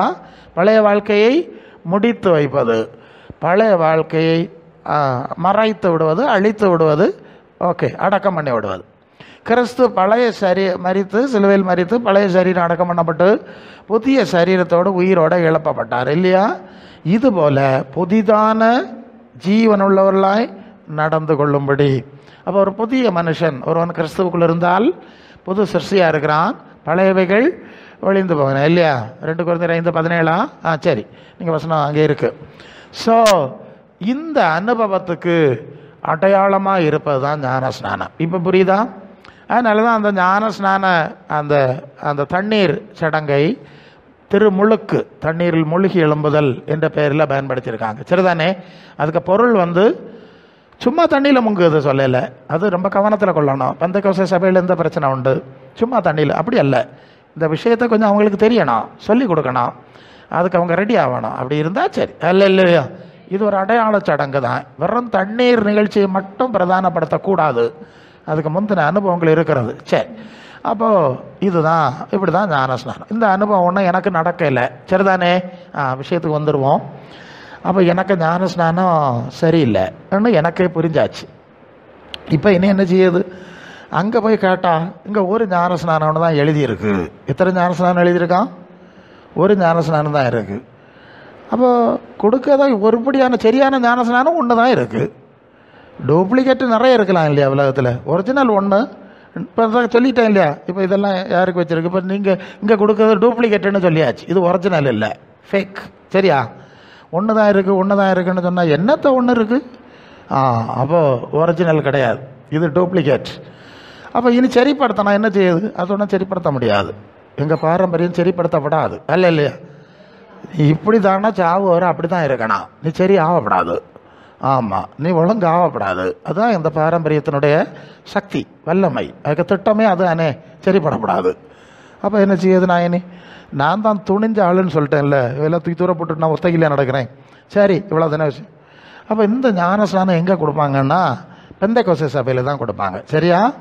அவங்க குழந்தை ஞானஸ்நானம் கொடுக்க மாட்டாங்க. இந்த மாதிரி உபதேசம் எல்லாம் கொடுப்பாங்க. நான் அப்படியே சொல்லிடுறேன். எனக்கு அடுத்த பிரச்சனை என்னென்னா, பெந்தெக்கோஸ்தே சபையாரெலாம் எங்கள் வீட்டு பக்கம் இருக்கிறான், கொஞ்சம் இருந்தால் ஒரு சபைக்கு போகிறவன் இன்னொரு சபைக்கு போகிறவனுக்கு முகத்தில் பார்க்க மாட்டான். இப்போ நான் புரியணும். அவனை பார்த்து இவன் சிரிக்க மாட்டான், இவன் பார்த்து ப்ரைஸ். சில சந்தர்ப்பத்தில் கொஞ்சம் உச்சத்துக்கு போவான், இவன் அவனை பார்த்து வஞ்சிக்கிறாவின்னு சொல்லுவான், அவன் இவனை பார்த்து வஞ்சிக்கிறாவின்னு சொல்லுவான். இப்போ புரிஞ்சதா? ப்ராக்டிக்கலாக தான் பேசணும், நீங்களும் எப்படியெல்லாம் ஃபேஸ் பண்ணக்கூடும். அதனால் இப்போ அடுத்த பிரச்சனை இவர் நிறைய பாரம்பரியம் இருக்குன்னு ஏற்கனவே சொல்லிட்டார். நாட்டேர் பெந்தெக்கோஸ்தேலே நிறைய பாரம்பரியம் இருக்குது. அது மாதிரி இப்போ பார்த்தா இப்போ நிறைய ஆவி இருக்குன்னு சொல்லுவான் இவன். இது இப்போ பிரச்சனை ஆயிருமே ஆண்டவரே, நான் என்ன செய்ய என்று சொல்லி நான் அப்படியே எப்போவுமே நல்ல ஜெபிக்கிறவன், பொறுமையாக நிதானித்து சரியாக போனால் தான் நமக்கு பிரச்சனை. இப்படி இருக்கும்போது மார்த்தாண்டம் பக்கத்தில் காஞ்சிரக்கோடுன்னு ஒரு இடம் இருக்கு. அங்கே கிருபாசனம் கிறிஸ்துவின் சபைன்னு ஒரு பெந்தெக்கோஸ்தே ஸ்தாபனம் இருக்குது, தெரிஞ்சவங்களுக்கு தெரியலாம். அந்த சபையினுடைய ஸ்தாபகர் சாது இயேசுதாசன், காஞ்சிரக்கோட்டு சாதுன்னு சொல்லுவாங்க. ஒரு சன்னியாசி, காவி போட்டிருப்பார், ஒரு சக்தி வாய்ந்த தீர்க்கதரிசி. அவர் தூரத்தில் வரும்போதே சொல்லிடுவார். அந்த நாட்களில் அவர் பணத்தை கையில் தொடாமல் வாழ்ந்திருக்கிறார். காசு கையில் எடுக்க மாட்டார், சும்மா போயிட்டே இருப்பார். அவருடைய கர்த்தர் நடத்தியிருக்கார். வேறு யாராவது கூட போனால் அவங்கள்ட்ட எதாவது கொடுக்கணுன்னு அவங்கள்ட்ட விடுவார், இவர் கையில் தொட மாட்டாராம். அப்படி ஒரு சூழ்நிலை நான் கேள்விப்பட்டேன். அப்போ எனக்கு ஒரு ஆச்சரியம் என்னென்னா, பைபிளில் நீங்கள் அப்போஸ்தலர் நடபடிகள் ஒரு சம்பவத்தை பார்க்குறோம். தேவாலயத்துக்கு பேதுருவும் யோவானும் போனாங்க இல்லையா? போன 3ஆம் அதிகாரத்தில் போன போது அந்த பிச்சை எடுக்கிறவன் என்ன கேட்குறான்? ஏதாவது கிடைக்கும்னு கேட்ட போது, அப்போது 6ஆம் வசனம், வெள்ளியும் பொண்ணு என்னிடத்தில் இல்லை, என்னிடத்தில் உள்ளதை உனக்கு தருகிறேன் அப்படின்ட்டு இயேசு நாமத்தில் இளம்பொண்ணு எழுப்பி விட்டான். இல்லையும் நீ கேட்குற பிச்சை காசு ஒன்றும் என்கிட்ட கிடையாது, என்கிட்ட வேற ஒரு விஷயம் இருக்குது, அது வேணா தாரேன். இல்லை புரிஞ்சுதா உங்களுக்கு? ஸோ அப்போ இதே மாதிரி இவரும் காசு, அவரும் பெரிய தீர்க்கதரிசி தான், சொன்னால் கரெக்டாக நடந்துடும் அப்படி இருக்கு. ஸோ இவரும் அப்படி காசு வராமல், அப்போ இவரை பார்க்கணும் என்று சொல்லி அவரை போய் சந்திக்க ஆண்டவர் உதவி செய்தார். அதன்படி அவருடைய ஆலோசனையின்படி எனக்கு கிருபாசன கிறிஸ்துவன் சபையில் இயேசுவின் மாதிரி விட கடைசி நான் இப்படி தான் கேட்குறேன், எல்லாம் பார்த்தாச்சு, எல்லாம் முடிஞ்சு. எனக்கு இயேசுவின் மாதிரிபடி ஞானஸ்நானம் கொடுக்க, ஏன்னா இயேசு எல்லாம் பின்னால் அப்படி இல்லை, தீர்மானம் பொருத்தனை சபை சங்கையெல்லாம் எனக்கு தெரியாது, எனக்கு கொடுங்கன்னு சொல்லி அங்கே ஞானஸ்நானம் கொடுத்தார். அதுக்கப்புறம் எனக்கு திருமணம் நடந்தது. அது ஏன்னா திருமணம் சம்மந்தமான விஷயமா எல்லாம் பைபிள் அடிப்படையில் தான். ஏன்னா பழைய ஏற்பாட்டில் பார்த்தீங்கன்னா ஏன்னா உங்களுக்கு தெரியும் நிறைய சபை இருக்குது. சில சபைகள் திருமணம் பண்ணாதவர்கள் புனிதர்கள்னு ஒரு கொள்கை வச்சுருக்கிறாங்க. அவங்க தான் ஊழியக்காரலாம் இருக்கணும். அதில் நான் சொல்லிட்டேன் இல்லை, இந்த பெந்தெக்கோஸ்தே குளத்தில் உண்டு. ஸோ இங்கே ஏனோக்கு தேவனோடு சஞ்சரித்து கொண்டிருந்தான், அவனை தேவன் எடுத்துக்கொண்டான் எடுத்துக்கொண்டார் இருக்குல்ல, அவன் குடும்பஸ்தன் குமாரன் குமாரத்திகள் இருந்தாங்கன்னு இருக்குது. மோசே மனைவியும் 2 மகன்கள் இருந்தாங்கல்ல, அந்த சம்பவம் இருக்குது. ஸோ அவன் தான் பழைய ஏற்பாட்டு சபைக்கு அப்போஸ்தலன், இல்லைன்னா ஊழியக்காரன் அவன் தான், தீர்க்கதரிசியும் அவன் தான். அதுக்கப்புறம் புதிய ஏற்பாட்டில் வரும்போது அந்த 2 கொரிந்தியரில் அவர் பவுல் சொல்லுவார், கர்த்தருடைய சகோதரரும் கேபாவும் மற்ற அப்போஸ்தலன் செய்கிறது போல ஒரு மனைவியாகிய ஒரு சகோதரியை கூட்டிக் கொண்டு தெரிய எனக்கு அதிகாரம் இல்லையா அப்படின்னு ஒரு வசனம் இருக்குல்ல. அப்படி ஒரு இதை சொல்லுகிறார். அப்போ பவுல் சொல்லுகிறார், எங்களுக்கும் திருமணம் பண்ணுவதற்கு மனைவியை ஊழியத்தில் அழைத்து கொண்டு செல்வதற்கு எங்களுக்கு உரிமை அதிகாரம் எடுத்துள்ள வசனம் அதிகாரம் இருக்கிறது, ஆனால் நாங்கள் அப்படி செய்யவில்லை, அவ்வளவுதான். அப்போஸ்தலர்கள் இவ்விதமாய் திருமணம் பண்ணியிருந்தார்கள், மனைவியோடு தான் ஊழியத்தை செஞ்சிருக்கிறார்கள் என்ற செய்தியை நாம் அங்கே புரிந்து கொள்கிறோம் இல்லையா? இல்லையா? சரி, எடுத்துக்கலாம். ஐயோ கிடைக்கலையா? சரி, அது வசனம் தான், இப்போ கிடச்சிரும். சரி, அப்போது இதில் நான் புரிஞ்சதுனால அதுக்கு பிறகு நானும் சரி, அப்போ சன்னியாசியை தான் இருக்கணுங்கிறது புனிதம் கிடையாது. ஸோ ஒரு ஜெபம் பண்ணேன், அந்த அடிப்படையில் நான் திருமணம் பண்ணேன். அந்த வருஷமே அடுத்த பரிசுத்தாவியின் வல்லமை, இப்போ அதை சொல்லணும். இயேசு ஜலத்திலிருந்து கரையினார், அப்போது அவருக்கு பரிசுத்த ஆவியானவர் அவர் மேல் இறங்கினார். ஹல்லேலூயா! பரிசுத்த ஆவியானவர் அவர் மேல் இறங்கினார் என்ற ஒரு சம்பவம். அப்புறம் அது அப்போஸ்தலர் 1 அதிகாரம் 14 வசனத்தில் இயேசுவின் தாயாகிய மரியாளும் அங்கே ஜெபம் பண்ணி கொண்டிருந்தார்கள், அவர்கள் பரிசுத்த ஆவியை பெற்றுக்கொண்டார்கள் என்கிற சம்பவத்தை நாம் அங்கே பார்க்குறோம். ஹல்லேலூயா!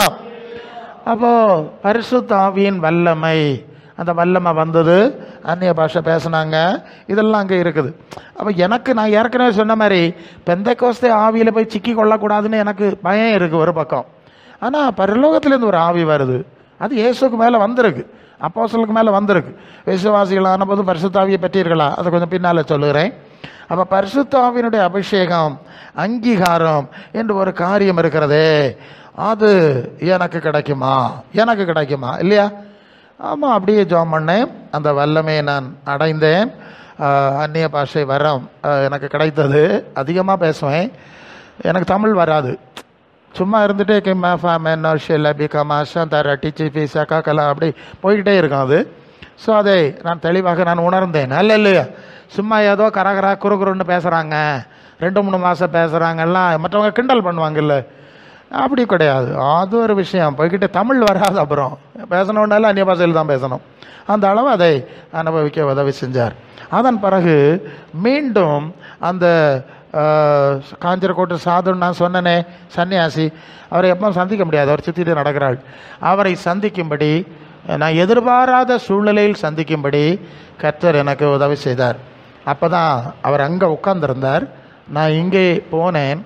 அவர் அங்கே இருந்துட்டு சத்தம் போட்டு சொல்லுவார், டேய் நீ ஒரு சுவிசேஷ பிரசங்கியார் அல்லவா, நீ சுவிசேஷம் பிரசங்கம் பண்ண வேண்டாமா, இப்படி சுற்றி கொண்டு திரிகிறாய் அப்படின்னு சொன்னார். நான் வேற ஒரு காரியத்துக்கு போய் கொஞ்சம் டயர்டாகி தான் அங்கே வந்தேன்.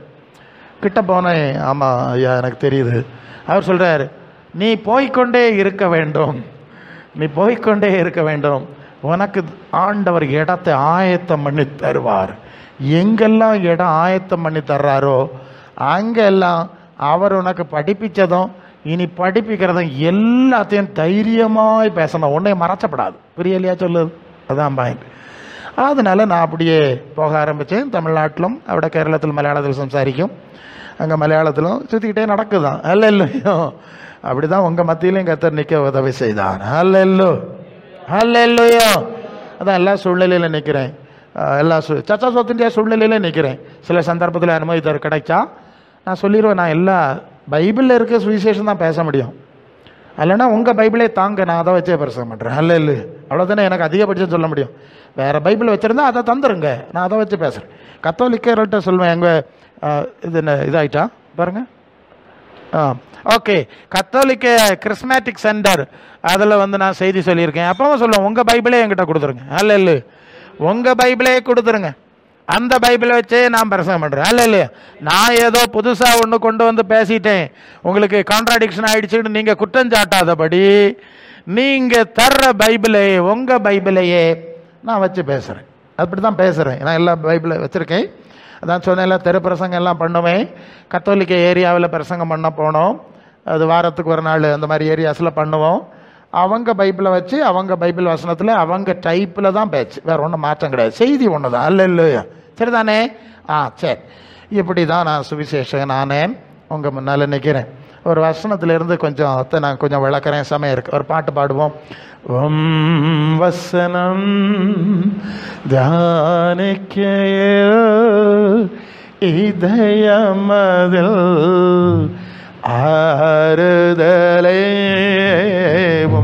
வசனம் தியானிக்கையில் இதயமதில் ஆறுதலே, காரிருளில் நடக்கையிலே தீபமாக வழி நடத்தும், காரிருளிலோ நடக்கையிலே தீபமாக வழி நடத்தும், இரு கரத்தால் தாங்கி எம்மை திரு சித்தம் நடத்திடுமே, குயவன் கையில் களிமந்தான் நன்னதினம் நீ வரைந்திடுமே,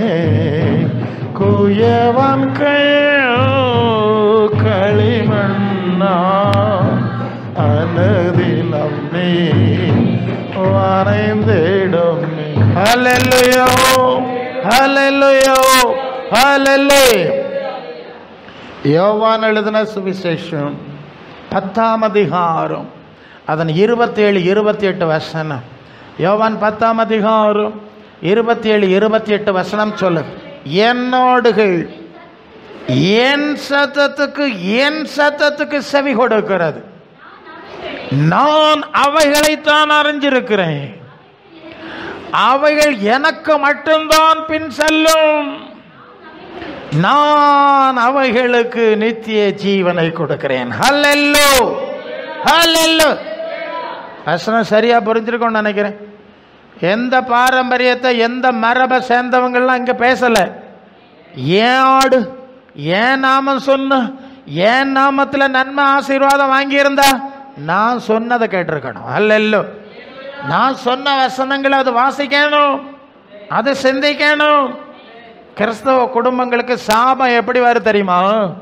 2000 வருஷத்தை கடந்து ஆண்டவர் பேசின வார்த்தைகளை பதிவு செய்து டிரான்ஸ்லேட் பண்ணி அவங்க கையில தந்தார்ல, அதை ஒதுக்கி போட்டுட்டு வண்டியும் காரை எடுத்துட்டு வடக்கு தக்கா சுத்திட்டு நடந்தா சாபம் வராம இருக்குமா?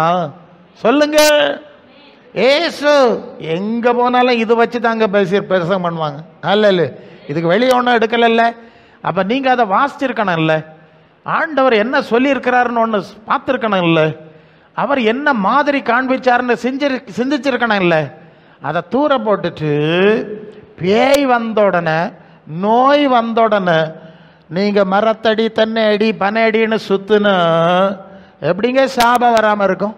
சொல்லுங்க நீங்க. அல்ல இல்ல, ஆண்டவர் சொல்றாரு, என் வார்த்தையை பார், என் வசனத்தை படி. இன்னொன்று சொல்லணுங்க, நமக்கு பைபிள் ஆதியாகமத்திலிருந்து வெளிப்படுத்தின விசேஷம் வரைக்கும் பெரிய புஸ்தகம் 2ஆக பிரித்து வச்சுருக்கு. ஒன்று பழசு, ஒன்று புதுசு. இப்போ நாம் இயேசுவின் சுவிசேஷ காலத்தில் வாழ்ந்து கொண்டிருக்கிறோம். அதில் ஒன்றும் சந்தேகம் இல்லையே, சந்தேகம் இல்லைல்ல. அதை நீங்கள் தெரியணும். இங்கே ஒரு சில பிரச்சனைகள் எப்படி இந்த பாரம்பரிய சபையில எல்லாம் பிசாசு எப்படி உள்ளே வந்தாங்கிறதெல்லாம் எனக்கு ரொம்ப அதிகமாக ஆண்டவர் படிப்பிச்சிருக்கிறார். உங்களுக்கு ஒரு க்ளூ தரேன். எபிரேயருக்கு எழுதின நிருபம் 1ஆம் அதிகாரம் 1ஆம் வசனம். எபிரேயர் 1:1 சொல்லுது, பூர்வ காலங்களில் பங்கு பங்காய் வகை வகையாய் யாருக்கு? தீர்க்கதரிசிகள் மூலம். யாருக்கு? பிதாக்களுக்கு பேசின திருவுளம் பற்றின தேவன் இந்த கடைசி நாட்களில் குமாரன் மூலம் யாருக்கு? நமக்கு. ரெண்டு பேர் இருக்காங்கல்ல, பிதாக்கள், நாம். அந்த எபிரேய நிருபம் எபிரேய மொழி பேசுகிற யூதர்களுக்காக எழுதப்பட்டது. சரியா? எபிரேய மொழி பேசுகிற யூதர்களுக்கு எழுதப்பட்டது. பவுல் எழுதியிருக்கலாம். அவர் சொல்கிறாரு, நம்முடைய பிதாக்களுக்கு மோசையின் மூலம் தீர்க்கதரிசிகள் மூலம் எல்லாம் அவர் பேசியிருந்தார்ல. அப்புறம் குமாரன் மூலம் நமக்கு, நம் தலைமுறைக்கு, யூதர்கள் அல்லாத எல்லா ஜனங்களுக்கும் பேசியிருக்கிறார். சரிதானுங்களா? அப்போ நமக்கு இயேசுநாதர் தானே நம்ம தலைவர், தேவகுமாரன். அப்போ இயேசுவன் வார்த்தை தான் நமக்கு அஸ்திபாரம். இதுக்கு உகந்த பகுதி இருந்தால் நம்ம அங்கேருந்து எடுத்துக்கிடுவோம், அது தப்பு கிடையாது. இல்லையா? பேஸ்மெண்ட் இந்த அஸ்திபாரத்தில் எடுத்து பார்க்கலாம், நிற்கணும். உங்களுக்கு அதில் ஒன்றும் பிரச்சனை இல்லை, தாராளம் கேளுங்க, எவ்வளோ வேணாலும் நான் எக்ஸ்ப்ளனேஷன் தரேன். அதான் நான் சொன்ன, நீங்கள் சீசராக்கி நான் உங்களுக்கு கட்டளையிட்டவைகளை மற்றவர்கள் கை கொள்ளும்படி அவர்களுக்கு உபதேசம் பண்ணுங்கள். சரிதானே? நான் கட்டளையிட்டது, மோசே கட்டளையிட்டது இல்லை, பழைய காரியம் இல்லை. நான் கட்டளையிட்டதான் நீங்கள் உபதேசம் வேணும். இதுக்கு அடிப்படையான சில விஷயங்கள் பயன்படக்கூடியதெல்லாம் நீதிமான்களுடைய பாதை இருக்கும், அதை எடுத்துக்கலாம், பிரச்சனை இல்லை. சரிதானே? சந்தேகம் இருந்தால் கிளாரிஃபை பண்ணிங்க. நான் கட்டளையிட்டது, நான் சொன்னது தான் அஸ்திபாரம். இது முதலாவது விஷயம். இப்போ இயேசுவின் வார்த்தை நான் சொல்கிறேன்.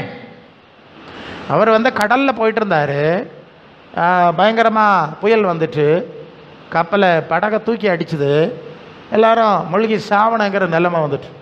அப்போ சீடர்கள் சத்தம் போடுறாங்க, ஐயோ மடிந்து போகிறோம், நமக்கு கவலை இல்லையா போட்டாங்கல்ல. அப்போ இயேசு என்ன செஞ்சார்னா, எழும்பி நின்று இறையாது அமைதலாருன்னு சொன்னார்ல. உடனே என்ன நடந்தது? ஓகே, சந்தேகம் இல்லை, உங்களுக்கு விசுவாசம் இருக்கு. அவர் சொன்னது தாங்க அது நடக்கும். ஓகே, நடக்கட்டு. லாசருக்கு கல்லறைக்கு வந்து நின்று, லாசருவே வெளியேவா. என்ன நடந்துட்டு? 4 நாளுக்கு முன்ன புதைச்சவன் வந்துட்டான்ல. ஆமாம், ஏசப்பா டேடி சொன்னது தான். அதனால தான் ஒரு வார்த்தை சொல்லும் கர்த்தாவே, என் ப்ராப்ளம் எல்லாம் சால்வ் ஆகிடுமே. பாடுறீங்கல்ல? ஓகே, ரொம்ப சந்தோஷம். அப்போ ஏசுநாதர் சொன்ன வார்த்தைக்கு பவர் இருக்குன்னா எல்லா வார்த்தைக்கும் அந்த பவர் இருந்திருக்கணுமே. அது எல்லாமே தேவனுடைய வார்த்தை இல்லை, நான் சுயமாக பேசலை. இது பிதாவாகி தேவன் எனக்கு மூலமாக பேசுகிறாருன்னு சொன்னார்ல. பிசாசு சொல்கிறேன், இந்த கல் அப்பமாக்கும்படி சொல்லும், இல்லைன்னா செத்து போவீர். 40 நாள் ஆச்சுல்ல. ஏசு என்ன சொன்னார் தெரியுமா? மனுஷன் அப்பத்தினால மாத்திரம் இல்லை, தேவனுடைய வார்த்தையினாலும் பிழைப்பான். 4 நாள் கழிச்சு கல்லறைக்குள்ளே இருந்தவன் தேவனுடைய வார்த்தையினால தானே வெளியே வந்தான். அது கஞ்சி காய்ச்சி ஊற்றி அவனை எடுக்க முடியாது. இல்லையா? அப்போ இயேசுவன் வார்த்தைக்கு அதிகாரம் இருக்கு, வல்லமை இருக்குன்னா எல்லா வார்த்தைக்கும் அந்த பவர் இருக்கணுமே. அது ஏதோ ரீதியில் நமக்குள்ளே செயல்படக்கூடியதாக இருந்திருக்கணுமே. ஏதோ உங்கள் அவசரத்துக்கு வசதியானதை மட்டும் 1-2 எடுத்துக்கிட்டு மற்றதை தூர போட்டுட்டா அவன் வண்டியங்காரன் எடுத்துகிட்டு சுற்ற வேண்டியதான். இல்லையா? கையில் இருக்குதான் வாசிக்க மாட்டீங்கல்ல. அப்போ இயேசுவன் வார்த்தைகள் முக்கியமானது. அதை பேதுரு சொல்கிறாரு. இவர் கேட்குறாரு, ஆண்டவர் கேட்குறாரு. அவர் சில உபதேசம் சொன்னோன்னா, இது கடினமான உபதேசம், இது எங்கள் சபையில் கிடையாது, எங்கள் பாரம்பரியத்தில் கிடையாது, எங்களுக்கு இதெல்லாம் பிடிச்சாது. அப்போ என்ன பிடிச்ச இடத்த பார்த்துப்போம், நாங்கள் என்ன செய்ய முடியும்? இல்லையோ, நாங்கள் அங்கே வண்டியும் கார் எடுத்து சுத்துவமே தவிர ஆண்டவர் சொன்னதையும் செய்ய மாட்டோம், அவர் கெஞ்சு காட்டி தந்தாலும் செய்ய மாட்டோம். இனி இதுக்கு மேலே என்ன வேணாம் சொல்லுங்க. அப்படியெல்லாம் அநேகர் சொல்கிறான். சரி, இப்போ பேதுருவிட்ட கேட்காரு, நீங்களும் போறீங்களாடே, நீங்களும் போறீங்களா? வசனம் எடுத்தா போயிடும், எல்லாம் இருக்குதான், அப்படி வாரதை கேட்டுருங்க. நீங்களும் போறீங்களா என்று கேட்டால் ஆண்டவர் பேதுரு சொல்றார், யாரிடத்தில் போவோம்? நித்திய ஜீவ வசனங்கள் உம்மிடத்திலே. நித்திய ஜீவ வசனம், அந்த வார்த்தையை பார்த்தியா? ஜீவ வசனம் இல்ல, நித்திய ஜீவ வசனம்.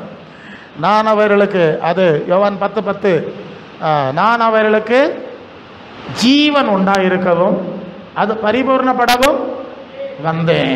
அப்ப இயேசுவின் வார்த்தை ஜீவனை கொடுக்குதில்ல. இயேசுவின் நாமத்தில் இயேசுவின் வார்த்தைகளை சொல்லி ஜெபிக்கும்போது ஜீவன் உண்டாகுதில்ல. அதனால தானே இங்க வந்தீங்க நீங்க, அல்லனா நீங்க வரமாட்டீங்க. அதான் உண்மை. உங்களுக்கு சிலுவை தெரியும், கோபுரம் தெரியும், பாஸ்டர்மார் குருவானவர்லாம் தெரியும், பின்ன இங்க எதுக்கு வந்தீங்க? இங்க ஏதோ ஒன்று வித்தியாசமா இருக்கு, பார்த்துருவீங்க. அதான் பேதுரு சொல்றார், இயேசுவின் உம்முடைய வார்த்தை நித்திய ஜீவ வசனங்கள். இது வேற இடத்துல கிடைக்காது, புரியுதா? வேற இடத்துல, அதுதான் பிரச்சனை, வேற இடத்துல இந்த வசனம் கிடைக்காது. அதனால எங்க போறதுக்கு? பரலோகத்துக்கு போனோம்னா இது ஒண்ணுதான் வழி, சரிதானே? நித்திய ஜீவனுக்கு போனோம்னா இது ஒண்ணுதான் வழி, சரிதானுங்களா? உங்களுக்கு புரியுதா? கவனிங்க.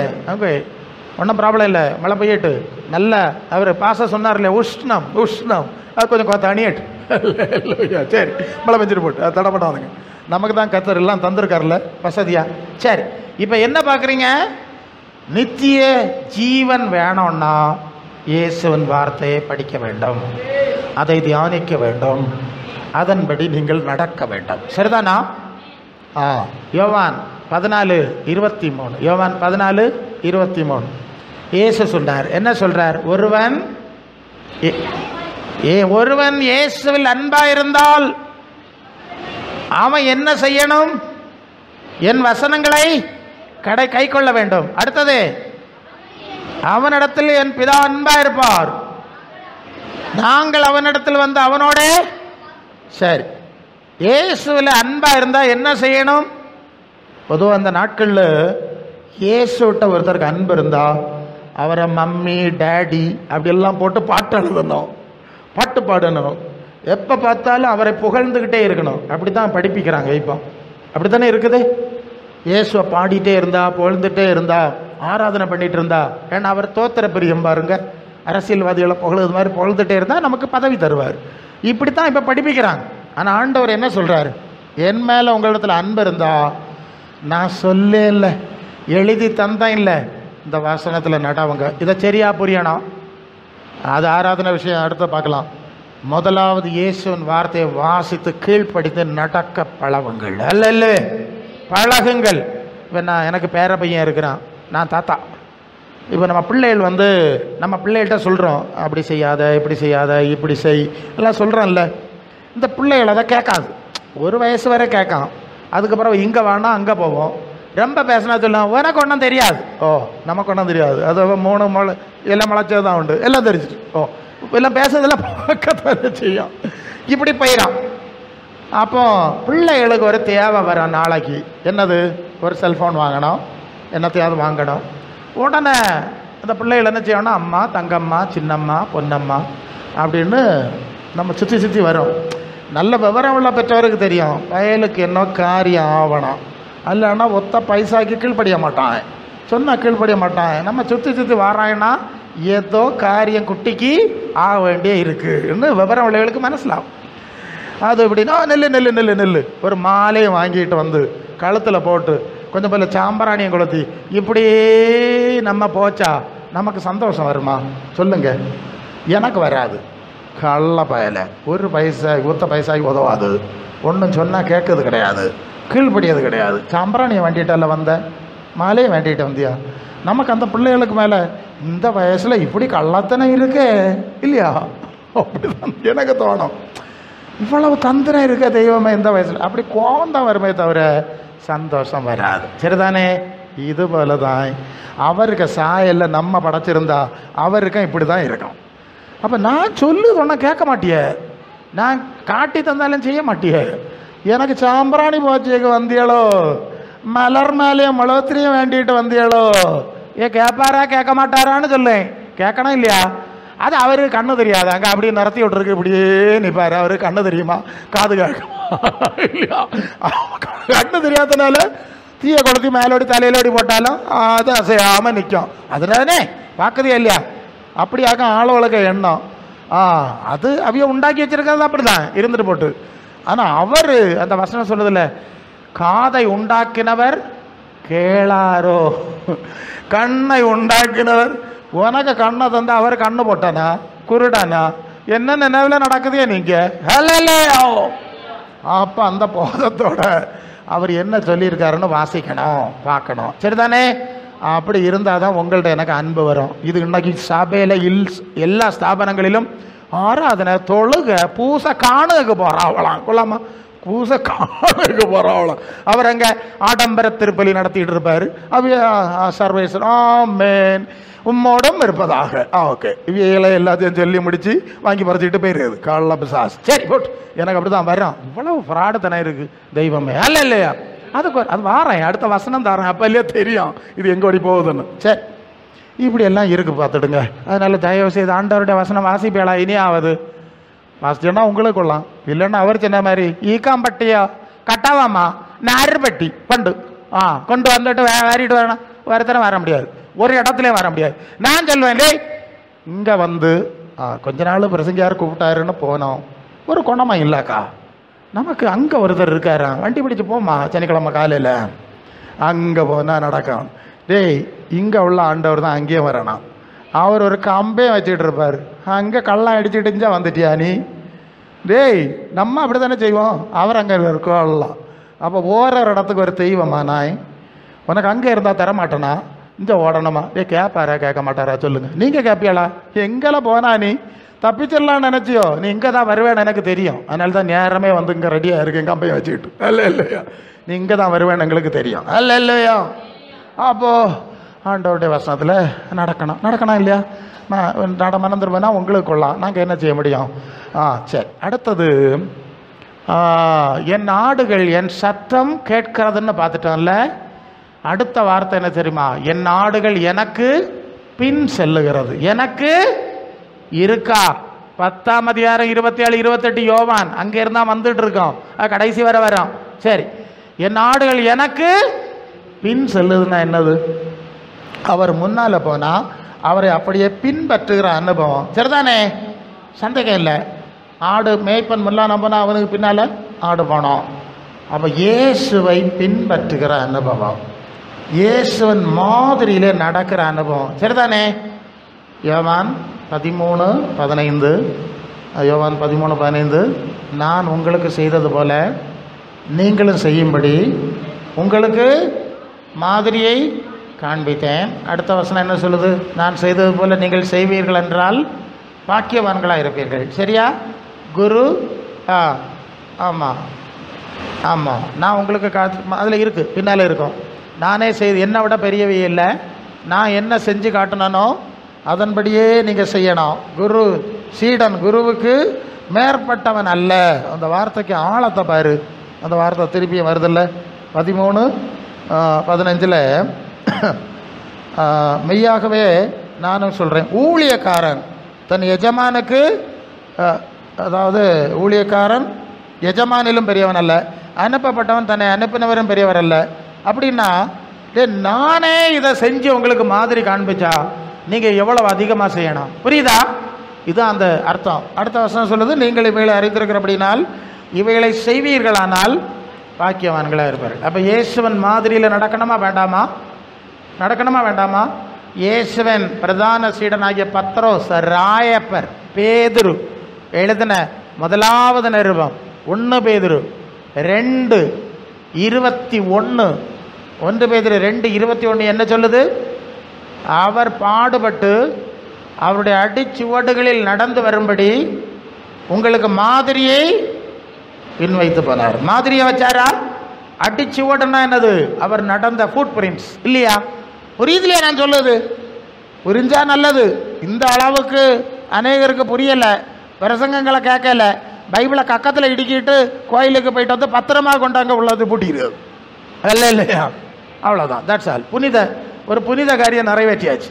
பைபிளை பக்குவமாக எடுத்துகிட்டு போயிட்டு பத்திரமா கொண்டு வச்சு பீரோவில் பூட்டிட்டா ஒரு புனித சடங்கு முடிஞ்சு போச்சு. இப்படி ஆளுகளுக்கு எண்ணம். அவர் என்ன பேசுறாரு, அது சரியா தப்பா, அது ஒன்றும் சிந்தனை ஒன்றும் கிடையாது. கண்ணை மூடிட்டு கொஞ்சம் நேரம் இன்னைக்கு பாதி பேர் உறங்குவாவ, பாதி பேர் அப்படியே இருப்பாவ. ஆமேன் போட்டோன்னே வண்டிக்காரன் எடுத்துகிட்டு ஒரு புனித சடங்கை முடிச்சாச்சு. இப்படி தானே எல்லா கோயிலுக்கும் போகிறாவ. சரி, இப்போ நீங்கள் அதனால் கேட்க உங்களுக்கு கர்த்தர் வாய்ப்பு தந்திருக்கிறார், கிருபை தந்திருக்கிறார். ஓரளவு நீங்கள் வேறு வழியிலையும் கேட்பீங்க. அது பாக்கியவான்கள். பாக்கியவான் தானே சொல்லணும். நான் சொல்கிறதெல்லாம் உங்களுக்கு தந்தேன்னா ஆண்டவர் சொன்னார், நான் ஒன்றையும் மறைக்கலை, எல்லாம் உங்களுக்கு தந்துட்டேன். அப்போ நீங்கள் பாக்கியவான்கள். எல்லா மாதிரியும் காண்பிச்சுட்டேன், நீங்கள் பாக்கியவான்கள் தானே. பாக்கியவான்கள். சரி, அப்போ இயேசுவை பின்பற்ற வேண்டும். 1 யோவான் 2:6 1 யோவான் 2:6 அவருக்குள் நிலைத்திருக்கிறேன் என்று சொல்லுகிறவன் அவர் நடந்தபடியே தானும் நடக்க வேண்டும். எல்லாருடைய பைபிள்லையும் இருக்கிறதா? புனித அருளப்பருக்கு சிலை செய்து வச்சு அங்கே சாம்பிராணி போச்சு காரியம் நடக்காது. அருளப்பர் அல்லது யோவான் என்ன சொல்லியிருக்கிறாருங்கிறத நாம் வாசிக்கணும்ல. அப்போ இயேசுவின் மாதிரியில் நடக்கணுமா வேணுமான்னு சொல்லுங்க. அதுதான் இயேசுக்கு சீசராகுதல்னு சொல்லுது. அப்போ சீசராக்கி ஞானஸ்நானம் கொடுக்கணும்னு சொல்லுறதுக்கு அர்த்தம் இதுதான். அப்போ இப்படி யார் என்னுடைய போதனையின்படி நடக்கிறார்களோ, என்னுடைய மாதிரியின்படி நடக்கிறார்களோ அவர்களை நான் அறிந்திருக்கிறேன். அல்லல்லோ, இந்த வார்த்தை ஒவ்வொன்றும் முக்கியமானது. இப்படி நடக்காத விட எனக்கு தெரியாதுன்னு சொல்லுவார். அப்படி தானே அர்த்தம்? ஆமாம், எனக்கு ஒழுங்காக நான் சொல்லுவ மாதிரி கேட்டு நடந்தால் எனக்கு அப்படில்ல சொல்லுவோம், இல்லைன்னா இல்லைன்னு சொல்லுவோம். அவர் சொல்லுவார் மற்றவங்களை எனக்கு தெரியாது. யோவான் 17ஆம் அதிகாரத்தில் அந்த வசனம் எப்படி சொல்லுறது? அது 17:9 யோவான் 17:9 நான் அவர்களுக்காக வேண்டிக் கொள்கிறேன். அந்த வார்த்தை நல்ல கவனிங்க. நான் என் சீடர்கள் அவர்களுக்கு நான் நல்லங்க முந்தின வருஷத்துல கூட்ட படிச்சுட்டா சரியா இருக்கும். நீர் எனக்கு கொடுத்த வார்த்தைகளை அவர்களுக்கு கொடுத்தேன், அவர்களை கேட்டார்கள், ஏற்றுக்கொண்டார்கள். நான் உம்மிடத்திலிருந்து புறப்பட்டு வந்தேன் என்று நிச்சயமாக அறிந்து நீர் என்னை அனுப்பினீர் என்று விசுவாசித்திருக்கிறார்கள். இப்ப அடுத்த வசனம், நான் அவர்களுக்காக, பார்த்தீங்களா, என் வார்த்தையை ஏற்றுக்கொண்டவர்களுக்காக வேண்டிக் கொள்கிறேன், உலகத்துக்காய் வேண்டிக் கொள்ளாமல் நீர் எனக்கு தந்தவர்களுக்காக வேண்டிக் கொள்கிறேன், அவர்கள் தான் உம்முடையவர்கள். இந்த வசனம் எல்லாம் குறித்து வைக்கணும். ரோட்டில் போறவனுக்காக வாரவனுக்காக நாம் பரிந்து பேசவில்லை. நான் சொல்றதை கேட்டாங்கல்ல, என் மாதிரியில் என் பின்னால் வந்தாங்கல்ல, அவங்களுக்காக வேண்டிக் கொள்கிறேன். பல சந்தர்ப்பத்தில் கிறிஸ்தவ கோலத்தில் எனக்கு இயேசுவை தெரியும், நாங்கள் இப்போத்திர வருஷம் பாரம்பரியமாக கிறிஸ்தவர்கள்லாம் சொல்லக்கூடிய ஆளுகள் இயேசு இயேசு நாமத்தில் கூப்பிட்டாலும் பல வேளை படுதோல்வி அடைவதற்கு என்ன காரணம்னு தெரியுதா? இதுதான் பிரச்சனை. இதை செய்யாமல் இவ வண்டியங்காரன் எடுத்துகிட்டு வடக்கு தக்கா சுத்து இல்லையா, இதை செஞ்சிருக்கணும் இல்லையா? சரி, போகிற இடத்துலையாவது சொல்லி கொடுக்காண்டாமா, இல்லையே கையில் இது இருக்குது, இதை படி, அதை படிச்சுன்னா சரியாகனு சொல்லாமல் அவன் வட்டம் கராக்கி அவனுக்கு பழைப்பான், அவன் பார்ப்பான். இல்லையா, வடக்கோடி தெக்கோடி அது பேச போனால் நிறைய பேசிடுவான். எங்களுக்கு உரிமை இருக்குது, பரலோக அரசாங்கம் அதிகாரம் தந்துருக்கு. சரி, அதில் போய் நீ மாட்டாதேன்னு சொல்லுவேன். சரியா? சரி, அப்போ இயேசுவின் மாதிரியிலே நடக்கிறவர்களுக்கு தான், இயேசுவின் வசனத்தில் நடக்கிறவர்களுக்கு தான் அவர் செவி கொடுப்பார். அதனால தான் நார் வெட்டி கொண்டு வந்தாலும் பலருக்கு கொண்டு வந்துட்டு தலையில் வச்சுட்டு அப்படியே போகிறது. இப்போ புரியுதா? அதான் சொல்லார் இல்லையா, சத்தம் போட்டோன்னா போட்டுட்டு போட்டு நான் என்ன செய்யுது, எனக்கு தெரியும் யாருக்கு கொடுக்கணும் யாருக்கு கொடுக்காண்டான எனக்கு தெரியாதா? உங்களுக்கு தெரியுமா? உங்கள் பிள்ளைகளுக்கு மக்களுக்கு என்ன கொடுக்கணும்? அப்போ தெரியணும், உங்களோட எனக்கு நல்லா தெரியும். ஜோலியை பாருன்னு நாங்கள் என்ன செய்யுது கொள்ளாமா? அதனால இல்லையா இப்படி பாட்டு பிரசங்கம் வசனம் எல்லாம் போட்டு ஒரு தீட்டி கொண்டு போகிறது எங்களுக்கு தெரியும். இல்லைன்னா அவர் இறங்க மாட்டார், கண்ணை மூடிட்டு இருப்பார். நாங்கள் என்ன செய்யுது, ஒரு கூட்டத்துக்கு வந்த பிரசங்க யாரு இப்படி ஆகி போச்சுன்னா அப்புறம் எங்களுக்கும் சங்கடம் தானே. அதனால தான் வசனம் பேசுறது. ஒரு ஐடியா கிடச்சில்ல? அப்போ இயேசு சொன்ன வார்த்தை கேட்கணும், வாசிக்கணும், அவர் நடந்த மாதிரியிலே நடக்கணும். ஐடியா கிடச்சிருக்கோம், பிரச்சனை இல்லை. சரி, இப்போ இன்னொரு விஷயத்த சொல்கிறேன். வழக்கமாக சர்ச் ஆஃப் சவுத் இந்தியாவில் இருந்தெல்லாம் நான் வந்ததுனால அந்த பேசிக்ஸை கொஞ்சம் சொல்லணும். அவங்க நம்பிக்கை எப்படி வருதுன்னா, அவருடைய நாமத்தின் மேல் விசுவாசம் உள்ளவர்களாய் அவர்களை ஏற்றுக்கொண்டவர்கள் எத்தனை பேரோ அத்தனை பேரும் அவருடைய பிள்ளைகளாகும்படி அதிகாரம் கொடுத்தார். இந்த வசனம் தெரியும் இல்லையா உங்களுக்கு?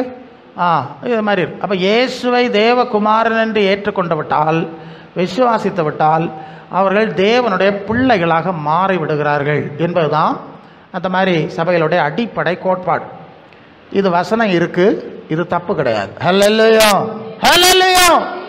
இது மாதிரி வசனம் இருக்குது, வேறு வசனமே இருக்குது, தப்பு கிடையாது. இன்னொரு வசனம் சொல்லணும்ல, அது ரோமருக்கு எழுதின நிருபம் 4ஆம் அதிகாரத்தில் இங்கே வாசிக்கிறோம். கிருபையினாலே, அது 5:6, ஒருவன் கிரியை செய்யாமல் பாவியை நீதிமான் ஆக்கிற இடத்துல விசுவாசம் வைக்கிறவனாக இருந்தால் அவனுடைய விசுவாசமே அவனுக்கு நீதியாக எண்ணப்படும் அப்படின்னு நான் 5ஆம் வசனம் சொல்லுது. சரிதானே? கிருபை, கிருபை ஒன்று, இயேசுவை தேவகுமாரன் என்று விசுவாசித்து விட்டால் தேவ பிள்ளை ஆகிவிடுகிறோம். கிருபையினாலே, விசுவாசத்தினாலே அவர் நம்மை ரட்சிக்கிறாருங்கிற வசனங்கள் இருக்கிறது, தப்பு கிடையாது. இந்த வசனங்களுக்கு பெயர் டைட்டில் வசனம், தலைப்பு வசனம். என்ன வசனம்? என்ன வசனம்? தலைப்பு வசனம். இயேசுவை தேவனுடைய குமாரன் என்று விசுவாசித்தால் தேவ பிள்ளை ஆகலாம் என்கிறது தலைப்பு. சரிதானே? இனி இயேசுவை எப்படி விசுவாசிக்கணும், அவர் என்ன சொல்லியிருக்காருன்னு எப்படி கேட்கணும், அவர் எப்படி பின்பற்றணுங்கிறதெல்லாம் கீழே படித்தா தானே தெரியும், இல்லையா? ஒரு புஸ்தகத்தை எடுத்து பார்த்தா தலைப்பு போடு, ரோமர் கழுதுதான் இருப்பான். அங்கே ரோமர் கழுது நிருபத்தில் என்ன இருக்குன்னு கீழே இறங்கிலையா பார்க்கணும், புரியலையா சொல்லுது. இவங்க அதுக்குள்ளே போக மாட்டாங்க. இயேசுவை தேவனுடைய குமாரன் என்று விசுவாசிக்கிறேன், இயேசுவை தேவனுடைய குமாரன் என்று விசுவாசிக்கிறேன், நாங்கள் தேவ பிள்ளை ஆயிட்டோன்னு ஒரு கொள்கையை பரப்பியிருக்காங்க. இவங்க எந்த வட்டத்திலே நிற்பாங்க. அப்போ இந்த ஜனங்கள் கடைசி வரை இதையே சொல்லிகிட்டு இருப்பாங்க. நீங்கள் லூக்கா 4ஆம் அதிகாரம் 41ஆவது வசனத்தில், லூக்கா 4:41 படியுங்கள். நீங்கள் படியுங்க. 4 பிசாசுகளும் நீர் தேவனுடைய குமாரன் என்று சத்தமிட்டு அநேகரை விட்டு புறப்பட்டு அவரை கிறிஸ்து என்று அறிந்திருந்தபடியால், சரி போதும். எப்படி பிசாசு சத்தம் போட்டது? இயேசுவே தேவனுடைய குமாரனாய் கிறிஸ்துன்னு சத்தம் போட்டுல. அப்போ பேய்க்க நமக்கு என்ன வித்தியாசம்? இப்போ நம்மளும் தேவனுடைய குமாரன் தேவனுடைய குமாரன் தேவனுடைய குமாரன்னு சொல்லிட்டு தெரியும், பேயெல்லாம் தேவனுடைய குமாரன்னு சொல்லுதில்ல. 8:28 கதறினருடைய நாட்டில் வந்தபோது ஒரு மனுஷன், அவனுக்குள்ள லேகியோன்னா 6000 அர்த்தம். எவ்வளவு? 6000 பிசாசு இருந்து. அது என்ன சொல்லி சேர்ந்து 6000 பிசாசு? வாசிங்க 8:28 தெரிஞ்சிட்டு போவோம். இயேசுவை கண்டபோது கூக்குரல் போட்டு விழுந்து, இயேசுவே உன்னதமான தேவனுடைய குமாரனே, எனக்கும் உமக்கும் என்ன வேதனைப்படுத்தப்படாது. இதுதானே இப்போ பிரச்சனை. நீர் இயேசு தேவனுடைய குமாரன் தான், நீர் அங்கே நிற்கணும், நாங்கள் இங்கே நிற்போம், பூவை போட்டுட்டு போவோம். உமக்கு எனக்கு என்ன? நமக்குள்ள ஐக்கியம் கிடையாது, நமக்குள்ள உறவு கிடையாது, தொடர்பு கிடையாது. ஸோ இப்போ பிசாசுகளும் தேவகுமாரன் என்று சொல்லுதா? சரிதானே? அப்போ இப்போ யாரை தேவன் ஏற்றுக்கொள்ளணும்? அதனால் வெறும் தேவகுமாரன் என்று விசுவாசிக்கிறதுனால யாரும் தேவ பிள்ளை ஆயிட முடியாது. அல்லையா? உண்மையை சொல்கிறேன், ஆயிட முடியாது. இப்படியெல்லாம் இதெல்லாம் இருக்குங்க. அது முதலாவது. இனி வா, நீ எப்படி தேவ பிள்ளை ஆகிறன்னு சொல்லித்தரோம். அந்த ஏசப்பா சொல்லித்தரணும்ல, அதுக்குள்ளே வந்தால் தான் நீங்கள் தேவ பிள்ளை ஆவீங்க. இப்போ தேவ பிள்ளை ஆகிறது எப்படிங்கிற ஒரு முக்கியமான ஒரு தகவலை வசனத்துலேருந்து சொல்கிறேன். இப்போ நிறைய கிறிஸ்தவ மத பிரிவு இருக்குது. ஒவ்வொருத்தரும் ஒவ்வொரு மாதிரி நம்புகிறாங்க. இப்படி நம்பினா, இதை செஞ்சால் நாம் கடவுளுக்கு குழந்தையாக மாறிடலாம் அப்படின்னு பல விதமான பெந்தகோஸ்து, சிஎஸ்ஐ, கத்தோலிக்க நிறைய வச்சுருக்காங்க. அது ஒவ்வொன்றும் ஒரு டைப்பு. நான் அதுக்குள்ளே போகல. ஆனால் இப்படி நான் தேவப்பிள்ளைன்னு நாம் யாரும் சொல்லிக்கொள்ள முடியாது. சரிதானே?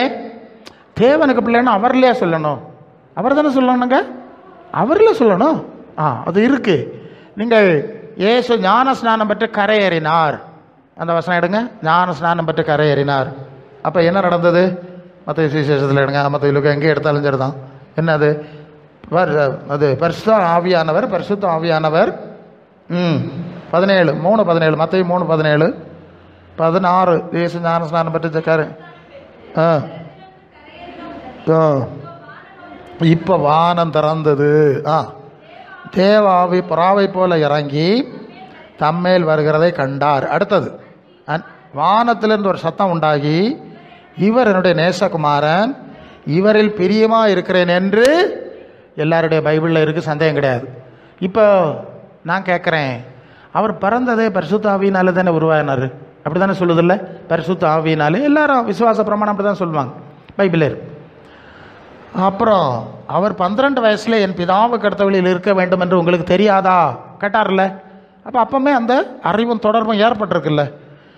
இப்போ எல்லாரும் காண அவர் ஞான ஸ்நானம் பெற்று கரையேறின போது பரிசுத்த ஆவியானவர் வந்து இறங்கி அவரை நேசகுமாரன் என்று சொல்ல வேண்டிய அவசியம் என்ன? ஹல்லேலூயா. அப்போ இப்போ தேவகுமாரன் என்று சாட்சி கொடுக்கிறது தேவனே கொடுக்கிறார். சரிதானே? அதான் முக்கியமான இடம். தேவன் சாட்சி கொடுக்கிற ஒரு அனுபவம் இருக்கிறது. அது இன்னொரு சந்தர்ப்பத்திலையும் வரும். அவர்கள் ஒரு மலையில் இருந்தார்கள், வானத்திலிருந்து ஒரு சத்தம், இவர் என்னுடைய நேசகுமாரன், இவர் மேல் பிரியமாக இருக்கிறேன் என்று சொன்ன சம்பவம் இருக்கிறது.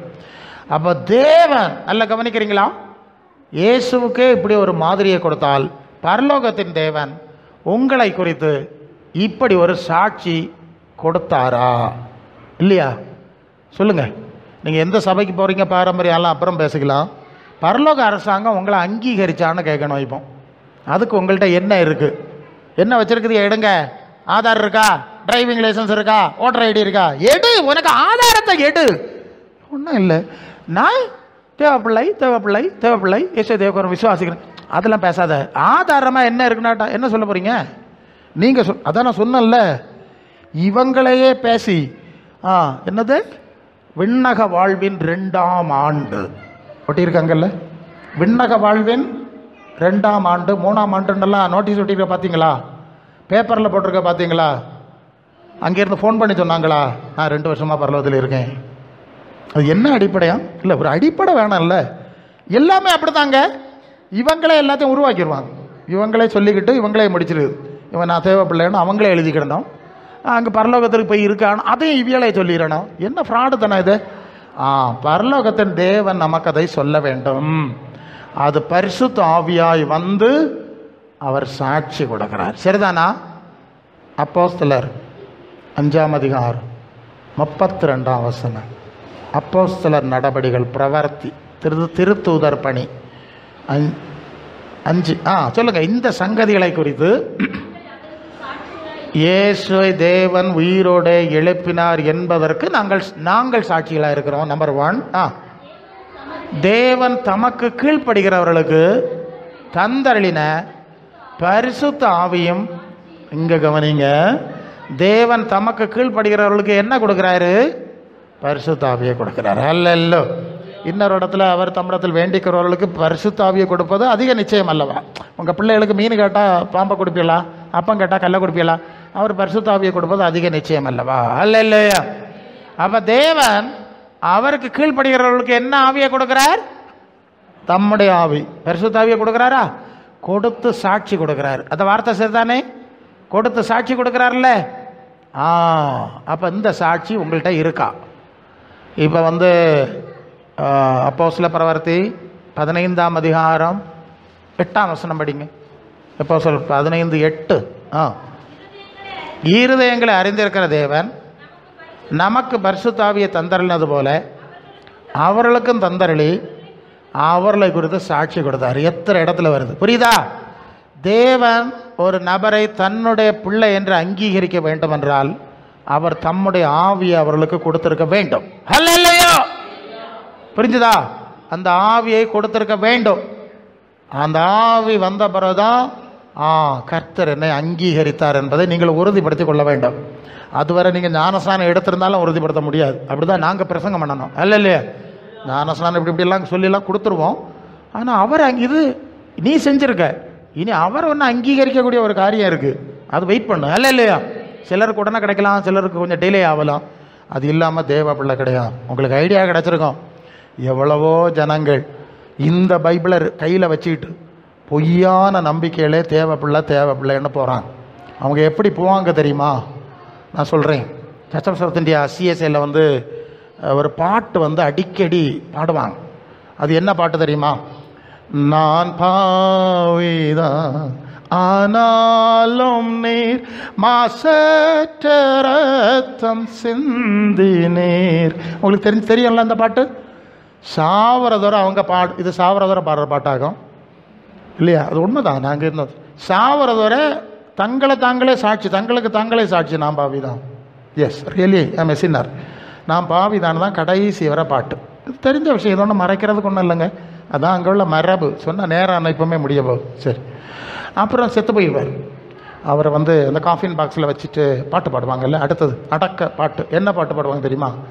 நாட்டேரு டிகே மாதிரிலாம் சேர்ந்து பீழ ஓண்ட மாலை புகலிடம் தாருமே, பக்கம் பட்ட காயமும் பாய்ந்த செந்நீர் வெள்ளமும் எனக்கு பாவதோஷம் யாவையும் போக்கும்படி இப்போது அருளும். அதான அர்த்தம். ப்ரெசன்ட் டென்ஸ் தானே இது. போக்கும்படி அருளி நீர்னு கூட சொல்ல மாட்டாங்க. சாவரதரா பாவிதான்னு பாடி முடிச்சாச்சு. இப்போ பாவத்தை போக்குங்கிறாங்க. பாவம் இன்னும் போகலை, அதான் ப்ராப்ளம். கரெக்டு தானுங்க. இது யாருக்கு புகலிருந்து தேடுறாங்க? அந்த பாடியாக இருக்காரு அவருக்கு தேடுறாங்களா இல்லை இவங்களுக்கு தேடுறாங்களா? அப்போ வாரத்துக்கு 2 தடவையாவது சாவுமணி அடித்தாதான் நமக்கு புகலிடம் தேடுறாங்கிற யோசனையே வருமோ?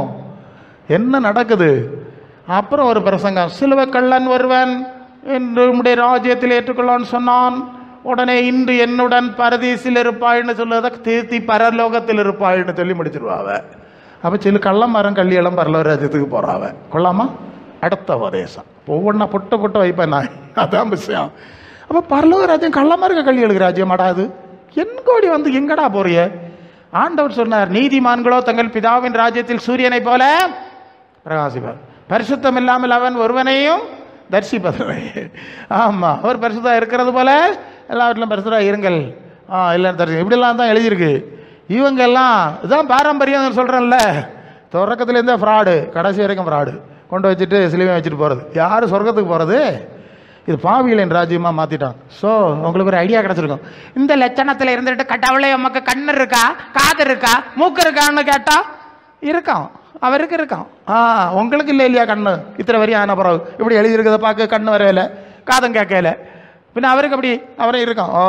எனக்கு இருக்கு இல்லையா? என்ன குருடாக்கி போட்டா கொள்ளலாம் திட்ட போறாரு. புரிஞ்சுதா?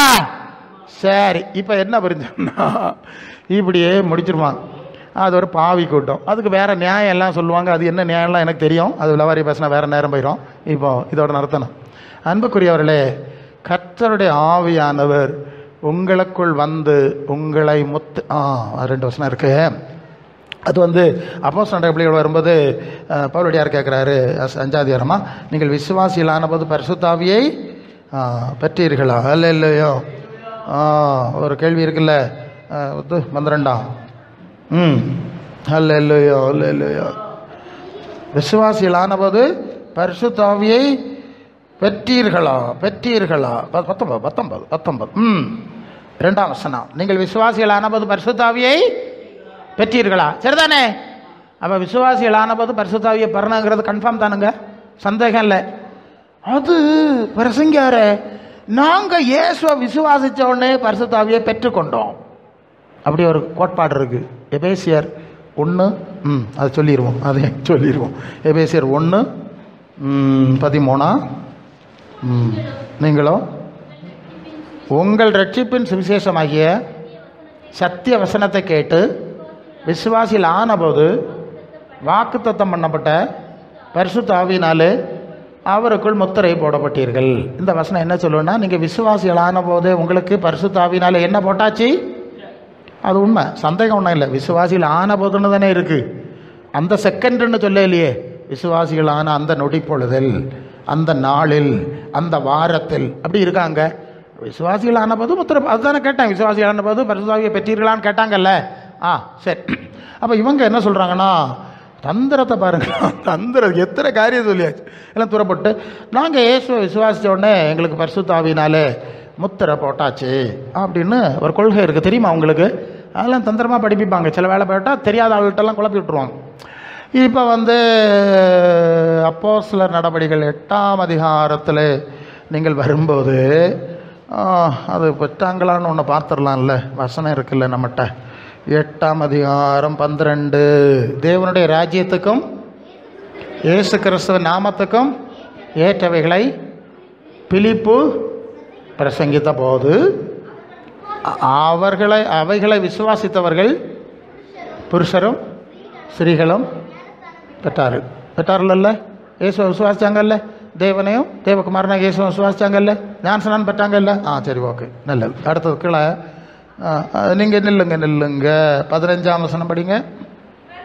அதாவது அதுக்கு முந்தின வசனத்தில் அது வந்து பேதுருவும் யோவானும் அங்கே வந்தார்கள்.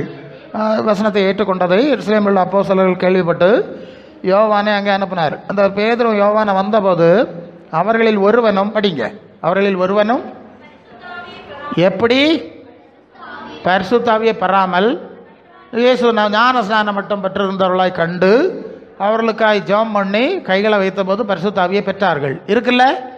இப்போ என்ன கேள்வின்னா, இயேசுவை விசுவாசித்த உடனே எனக்கு பரிசுத்த ஆவி வந்துட்டுன்னு சொல்கிறாங்கல்ல, அது உண்மையாக இருந்திருந்தால் இவங்க இயேசுவை விசுவாசித்து ஞானஸ்நானம் கூட எடுத்தாங்கல்ல, அவங்களுக்கு பரிசுத்த ஆவி வந்திருக்கணுமா வந்திருக்கப்படாதா? வந்திருக்கணும்ல. பரிசுத்த ஆவியை பெறலைன்னு எழுதியிருக்கு, அதில் ஏதோ யாரார் இருந்திருக்கு, அதை வந்து சரி பண்ணியிருக்காங்க ஜோமானி அல்ல இல்லையா? அப்போ இதெல்லாம் சும்மா சொல்லிவிடு ஒரு கதை இல்லை. முத்திரை இருக்குது. எனக்கு சித்தப்பா அவர் டீக்கனார் கோயிலில். அப்போ அவர் மோளுக்கு ஏதோ ஒரு சோக்கேடுன்னு ஆஸ்பத்திரி போயிருக்காரு, இழுப்புன்னா என்னத்தையும். அவர் டாக்டர்லாம் செக் பண்ணி பார்த்துட்டு எல்லாம் நல்லா ஒழுங்காதானே இருக்குது, பிரச்சனை ஒன்றும் இல்லையே, இது சோக்கேடு மாதிரி தெரியலை, நீங்கள் யாராவது ஜெபம் பண்ணக்கூடிய பாஸ்டர் மாதிரி போய் பாருங்கன்னு சொல்லி, அவர் ஒரு கிறிஸ்தவ டாக்டர், அவர் நிறைய பார்க்குது இல்லையா. உடனே இவர் வீட்டுக்கு வந்தார். அப்படி வீட்டுக்கு முன்னே நிற்காரு. பக்கத்தில் பெந்தகோஸ்தே பாஸ்டர்லாம் இருக்காவ, அவரெல்லாம் இவருக்கு பிடிக்காது. ஏன் பிடிக்காதுன்னா அதில் அவையெல்லாம் சரியில்லை, தப்பு. ஏன்னா ஆமாம், இவைய நாட்டையருக்கு எதிராக கலகம் பண்ணினது பண்டு. ஆமாம், மாதம் 40,000 50,000 சம்பளம் கொடுத்து வச்சுக்கிட்டு அவர் 7 நிமிஷம் பேசுவார், உள்ளவர்களேன்னு பேசுவார். அவரே பிடிச்சாலே இவங்களுக்கு பிடிச்சலன்னு தரார் பண்ண ஆளுகளாகும். இங்கே இருக்க ஊழியக்காரன் விசுவாசத்தில் நிற்பான், அவனுக்கு சம்பளமாக கொடுக்காவ. ஓகே, அவன் விசுவாசத்தில் நிற்பான். சில வேளை சில மனுஷன் தானே குறை கண்டிப்பாக இருந்திருக்கலாம், அல்லாட்டு பேய்களுக்கு குறையாக காட்டியிருக்கோம், இது நிறைய இருக்குது. அதனால் இவர் அது பிடிச்சாது பயங்கர நியாயம் பேசிட்டு நடப்பார், அப்படி நிற்கார். அந்த நேரம் பார்த்து நான் அவருக்கு வீட்டு முன்னாடி ஸ்கூட்டரில் போயிருக்கேன். எங்கள் வீடு எங்கே தள்ளி உள்ளே இருக்குது, இவருக்கு வீடு இங்கே ரோட்டங்கரையில். சரி, உள்ளவர் அங்கே போனால் இவர் எனக்கு பின்னால் வந்து நிற்காரு. என்ன சித்தப்பா என்ன விஷயம்? அது குட்டிக்கு இப்படி ஆகும், நான் ஆஸ்பத்திரிக்கு போனேன், இப்படி ஆச்சு. நீ ஒன்று வந்து பார்த்து, நான் ஊழியத்துக்கு போகிறேன்னு தெரியும், சொந்தக்காரன்கிட்டேன், நீ ஒன்று வந்தப்பா 6 பிள்ளை அப்படின்னாரு. அப்போ நான் கேட்டேன், என்ன முத்திரை இருக்குன்னு எல்லாம் சொல்லுதியா இல்லையா?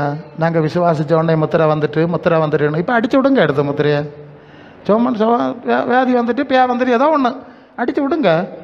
அங்கே ஒரு நாட்டையர் வச்சுருக்குது, 2 நாட்டையர், ஆளுக்கு 40,000 50,000 சம்பளம் கொடுத்து வச்சுருக்கு. கூப்பிட்டு ஜோம் பண்ணுங்க. நீங்களும் மூப்பம்மாரு சபையின் மூப்பர்களை வரவழைப்பானாக கர்த்தருடைய நாமத்தில் என்று சுமிக்க கடவுள் எல்லாம் வசனம் இருக்குல்ல யாக்கோ. எல்லாரும் சுற்றி இருந்து ஜோம் பண்ணுங்க போங்க. ஏன் இப்போ முத்திரை எங்கே போய் போச்சு? உமக்கு முத்திரை எங்கே உங்கள் முத்திரை எங்கே இப்போ? பியா வந்தால் தான் முத்திரை இருக்கா இல்லையான்னு தெரியணும் இல்லையா? கொள்ளலாம் இல்லையா? பியா வந்தால் தான் முத்திரை இருக்கான்னு இல்லையான்னு கன்ஃபார்ம் ஆவாம். அப்போ ஏன் அது அப்படி இல்லை, அவருக்கு வரம் இல்லை. இந்த வரங்காரன் ஒன்றா பேசாண்டான். ஆண்டவர் சொல்லுதை நீங்கள் கேட்க மாட்டிய. இப்போ உங்களுக்கு ஆத்திரம் வந்து நீங்கள் விழிச்சாலும் அவர் கேட்க மாட்டார். இதுதான் விஷயம். நாங்கள் அவர் சொன்னதை கொஞ்சம் கேட்டதுனால நீர் சொன்னதெல்லாம் கேட்டான் இல்லையா ஆண்டவர், இதை தாரவனு கேட்டால் தந்துருக்காரு. இவ்வளவுதான் விஷயம், நீங்கள் உருட்டப்படாது. கொஞ்சம் எல்லாம் சொல்லி ஒரு சித்தி உண்டு, அது உலகத்தில் வழங்காத சித்தி. அப்படி ஒரு சித்தியை உலகத்தில் கிடைக்காது. அவள் ஜபக்குழுவிலையும் தலைவியான். அது உதவானா அதை பேசவே முடியாது. அதுவும் விளைஞ்சான். போனேன், நான் சித்தி இப்போ கொஞ்சம் குழப்பம் இல்லையா? அது ஒன்றும் இல்லை, நீ வா, ஒன்றும் பிரச்சனை வராது. அங்கே போனேன். அவைகள்கிட்ட போய் இதே கேள்வி தான், இல்லை ஜபக்குழுவில் தலைவியா இல்லையா நீங்கள்? சேர்த்து கொட்டிட்டு வாருங்க உங்கள் தோழியலை வட்டம் கறங்கி இருந்து செவிங்க. இல்லை முத்திரையை அடித்து விடுங்க பார்ப்போம். போகிறத பார்ப்போம். அடித்து விட்டேன். எனக்கு சந்தர்ப்பம் இதுதான், வழி இல்லை. பேய பிடிச்சி கிடக்க நேரம் அங்கே இங்கே இருக்குன்னு அப்புறம் இறங்கி போயிடுவேன்னு தெரியும். அதனால் பேச மாட்டாவ. 5-6 விட்டேன். நான் ஜோம் பண்ணேன், ஆண்டவர் சோந்தந்தா உங்களுக்கு கொஞ்சம் வசனம் எல்லாம் சொல்லணும், அப்போ எனக்கு சமயம் தரேன், நான் வந்து உங்கள்கிட்ட பேசணும் சமயம். தாராளம் மாப்பிள்ளை தாவரம். அப்புறம் போனோம், ஜோம் பண்ணோம். சாயங்காலம் 7 மணிக்கு போனோம், நானே என் ஒய்ஃப்மா. 7லேருந்து 9 மணி நேரம், அதிலேருந்து ஜோம் பண்ணி படுக்கையில் படுத்துருக்கேன். அப்புறம் நான் சொன்னேன், சரி நான் வீட்டுக்கு போகிறேன், காலையில் நான் வந்து பார்க்குறேன். என்ன காலையில் வீட்டில் பல்லு தேய்க்கிறதுக்கு ப்ரஷ்ஷை எடுத்துகிட்டு வெளியே வந்தால் இவர் காவல் நிற்கார். எனக்கு சித்தப்பா ஏன் காலையில் வந்து காவல் நிற்காரு? குட்டி கொள்ளலாம் பிள்ளை எல்லாம் சரியாயிடுச்சு. ஒரு ஆள் இறங்கி போச்சான். 1 வாரம் தின்னதெல்லாம் ஒரே நாளையில் ராத்திரி தின்னு இருக்கு. கொள்ளாமா எதுக்கு சொல்லு டே, இந்த வீண் கதை எல்லாம் பேய நோயும் வார வேலை தான் நமக்கு தெரியும். முத்திரை இருக்கா இல்லையா, நாம் ஆண்டவரோட தானா அல்லனா சொல்லிக்கலாம். சக்கரம் நிறைய இருக்குது, ஆண்டவர் கூட இருக்கார். ஒரு முடிச்சிருக்கேன், நேரம் ஆகிட்டு அது முன்னால் வந்துட்டு அது சொல்லணும். ஏன்னா நீங்கள் எப்படி உங்களை ஏமாத்துக்கிறீங்கன்னு சொல்லணும்ல. லூக்கா 16:19 அது சொல்லுது. அந்த பசங்க நீங்கள் படித்தா நல்லது தான், முடிச்சிடலாம். 16:19 லூக்கா 16. ஐஸ்வர்யமுள்ள ஒரு மனுஷன் இருந்தான்.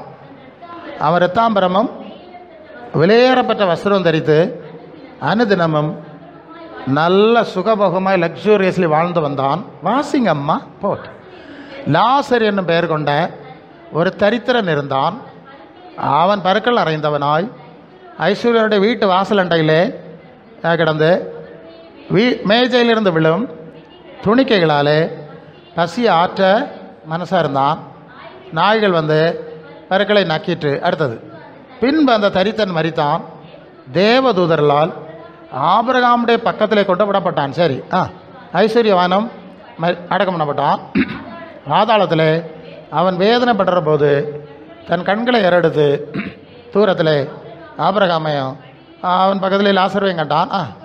அப்பொழுது அவன், ஆபிரகாமே எனக்கு இறங்கணும், லாசர் தன் விரல் நுனை தண்ணீரில் தோய்த்து நாவை குளிர பண்ணும்படி அனுப்ப வேண்டும். இந்த அக்கினியிலே வேதனைப்படுகிறேன். நல்லா கவனிச்சுக்க. ஒரு ஆள் ஐஸ்வர்யவான், சரிதானே, பெரிய கோடீஸ்வரன். பழைய ஏற்பாட்டின்படி கர்த்தர் ஒரு இடத்தில் பிரியமாக இருந்தால் அவனுக்கு நிறைய ஐஸ்வர்யத்தை கொடுப்பாருன்னா அங்கே ஒரு விஷயம் இருக்குது, தெரிஞ்ச விஷயம். அதெல்லாம் இவன்கிட்ட இருக்குது. அதனால் அவன் நினைக்கிறான் கர்த்தர் என்னோடய கூட இருக்கிறார். சரிதானே, பணம் இருக்குது, படிப்பு இருக்குது, பதவி இருக்குது, நல்ல அந்தஸ்தில் கர்த்தர் ஆசீர்வாதமாக வச்சுருக்கார். சரிதானே, இது ஆளுவை நினச்சிடுது. இந்த ஐஸ்வர்யவான் நினச்ச மாதிரி இன்னைக்கே நினச்சிடுது. பிரசங்கமாருன்னு சொல்லுவாவ கர்த்தர் ஒன்று ஆசீர்வதிப்பாருன்னு சொல்லியிருப்பாவ. அவன் எப்படி அவனுக்கு ஜீவியத்தை பற்றி கவனிக்காமல் சொல்லிட்டாலும் உண்டு. இப்போ லாசர் எப்படி இருக்காய், பழைய பாட்டுடைய கொள்கைப்படி சாபம், உயிர் ஊசல் ஆடுது, தெருவில் கிடக்கான். இப்போ சாவு வந்தபோது கதை தலைகளாக மாறுச்சு. அல்ல, இங்கே கடவுளோடு இருக்கிறேன்னு நினைக்குவேன், கடவுளோட இல்லை, அவன் நெருப்பிலே தண்டிக்கப்படுகிறான். அவனுடைய அக்கிரமங்கள் அது தனி இஷ்யூ. இங்கே தெருவில் கிடந்த பிச்சைக்காரன் ஆபிரகாம் பக்கத்தில் பரதீஸ்லே நீதிமான்களோடு இருக்கிறான். அல்ல, அதனால் உலகத்தில் நீங்கள் பார்க்குற காட்சிக்கும் அப்துல் கலாம் சொன்ன மாதிரி கனவு காணுங்கள்னு சொல்ல மாதிரி இந்த பிள்ளைகள் படம் வரைஞ்சி கலர் பென்சில் வச்சு கலர் அடிச்சுக்கிட்டு இருக்கேன், அவனை சொர்க்கத்துக்கு போயிட முடியாது. அல்ல, ஆண்டவர் சொன்ன வார்த்தை, அவர் காட்டிய மாதிரி, அவருக்குள்ள இருந்த ஆவி. ஏன்னா கிறிஸ்துவன் ஆவி இல்லாதவன் அவருடையவன் அல்ல. ரோமர் 8:9 8:14 சொல்லுது, தேவனுடைய ஆவியினால் நடத்தப்படுகிறவர்கள் தான் தேவனுடைய பிள்ளைகள். கலாத்தியர் 6:4 சொல்லுது, அப்பா பிதாவு என்று கூப்பிடத்தக்க புத்திர சுவிகார ஆவியை பெற்றீர்கள். இப்போ புரியுதானு சொல்லுது, இயேசுவின் வார்த்தை, இயேசுவின் மாதிரி, இயேசுவின் ஆவி, அவரோடு நடக்கிறவர்கள். ஒரு வசனத்தை முடிச்சிருக்கேன். எஸ், அது வந்துட்டே இருக்கோம். ஸோ எபேசியர் 2:20 அப்போஸ்தலர் தீர்க்கதரிசிகளுடைய அஸ்திபாரத்தின் மேல் கட்டப்பட்டவர்களாகவும் வாஸ்தருங்க முடிச்சிருவோம்.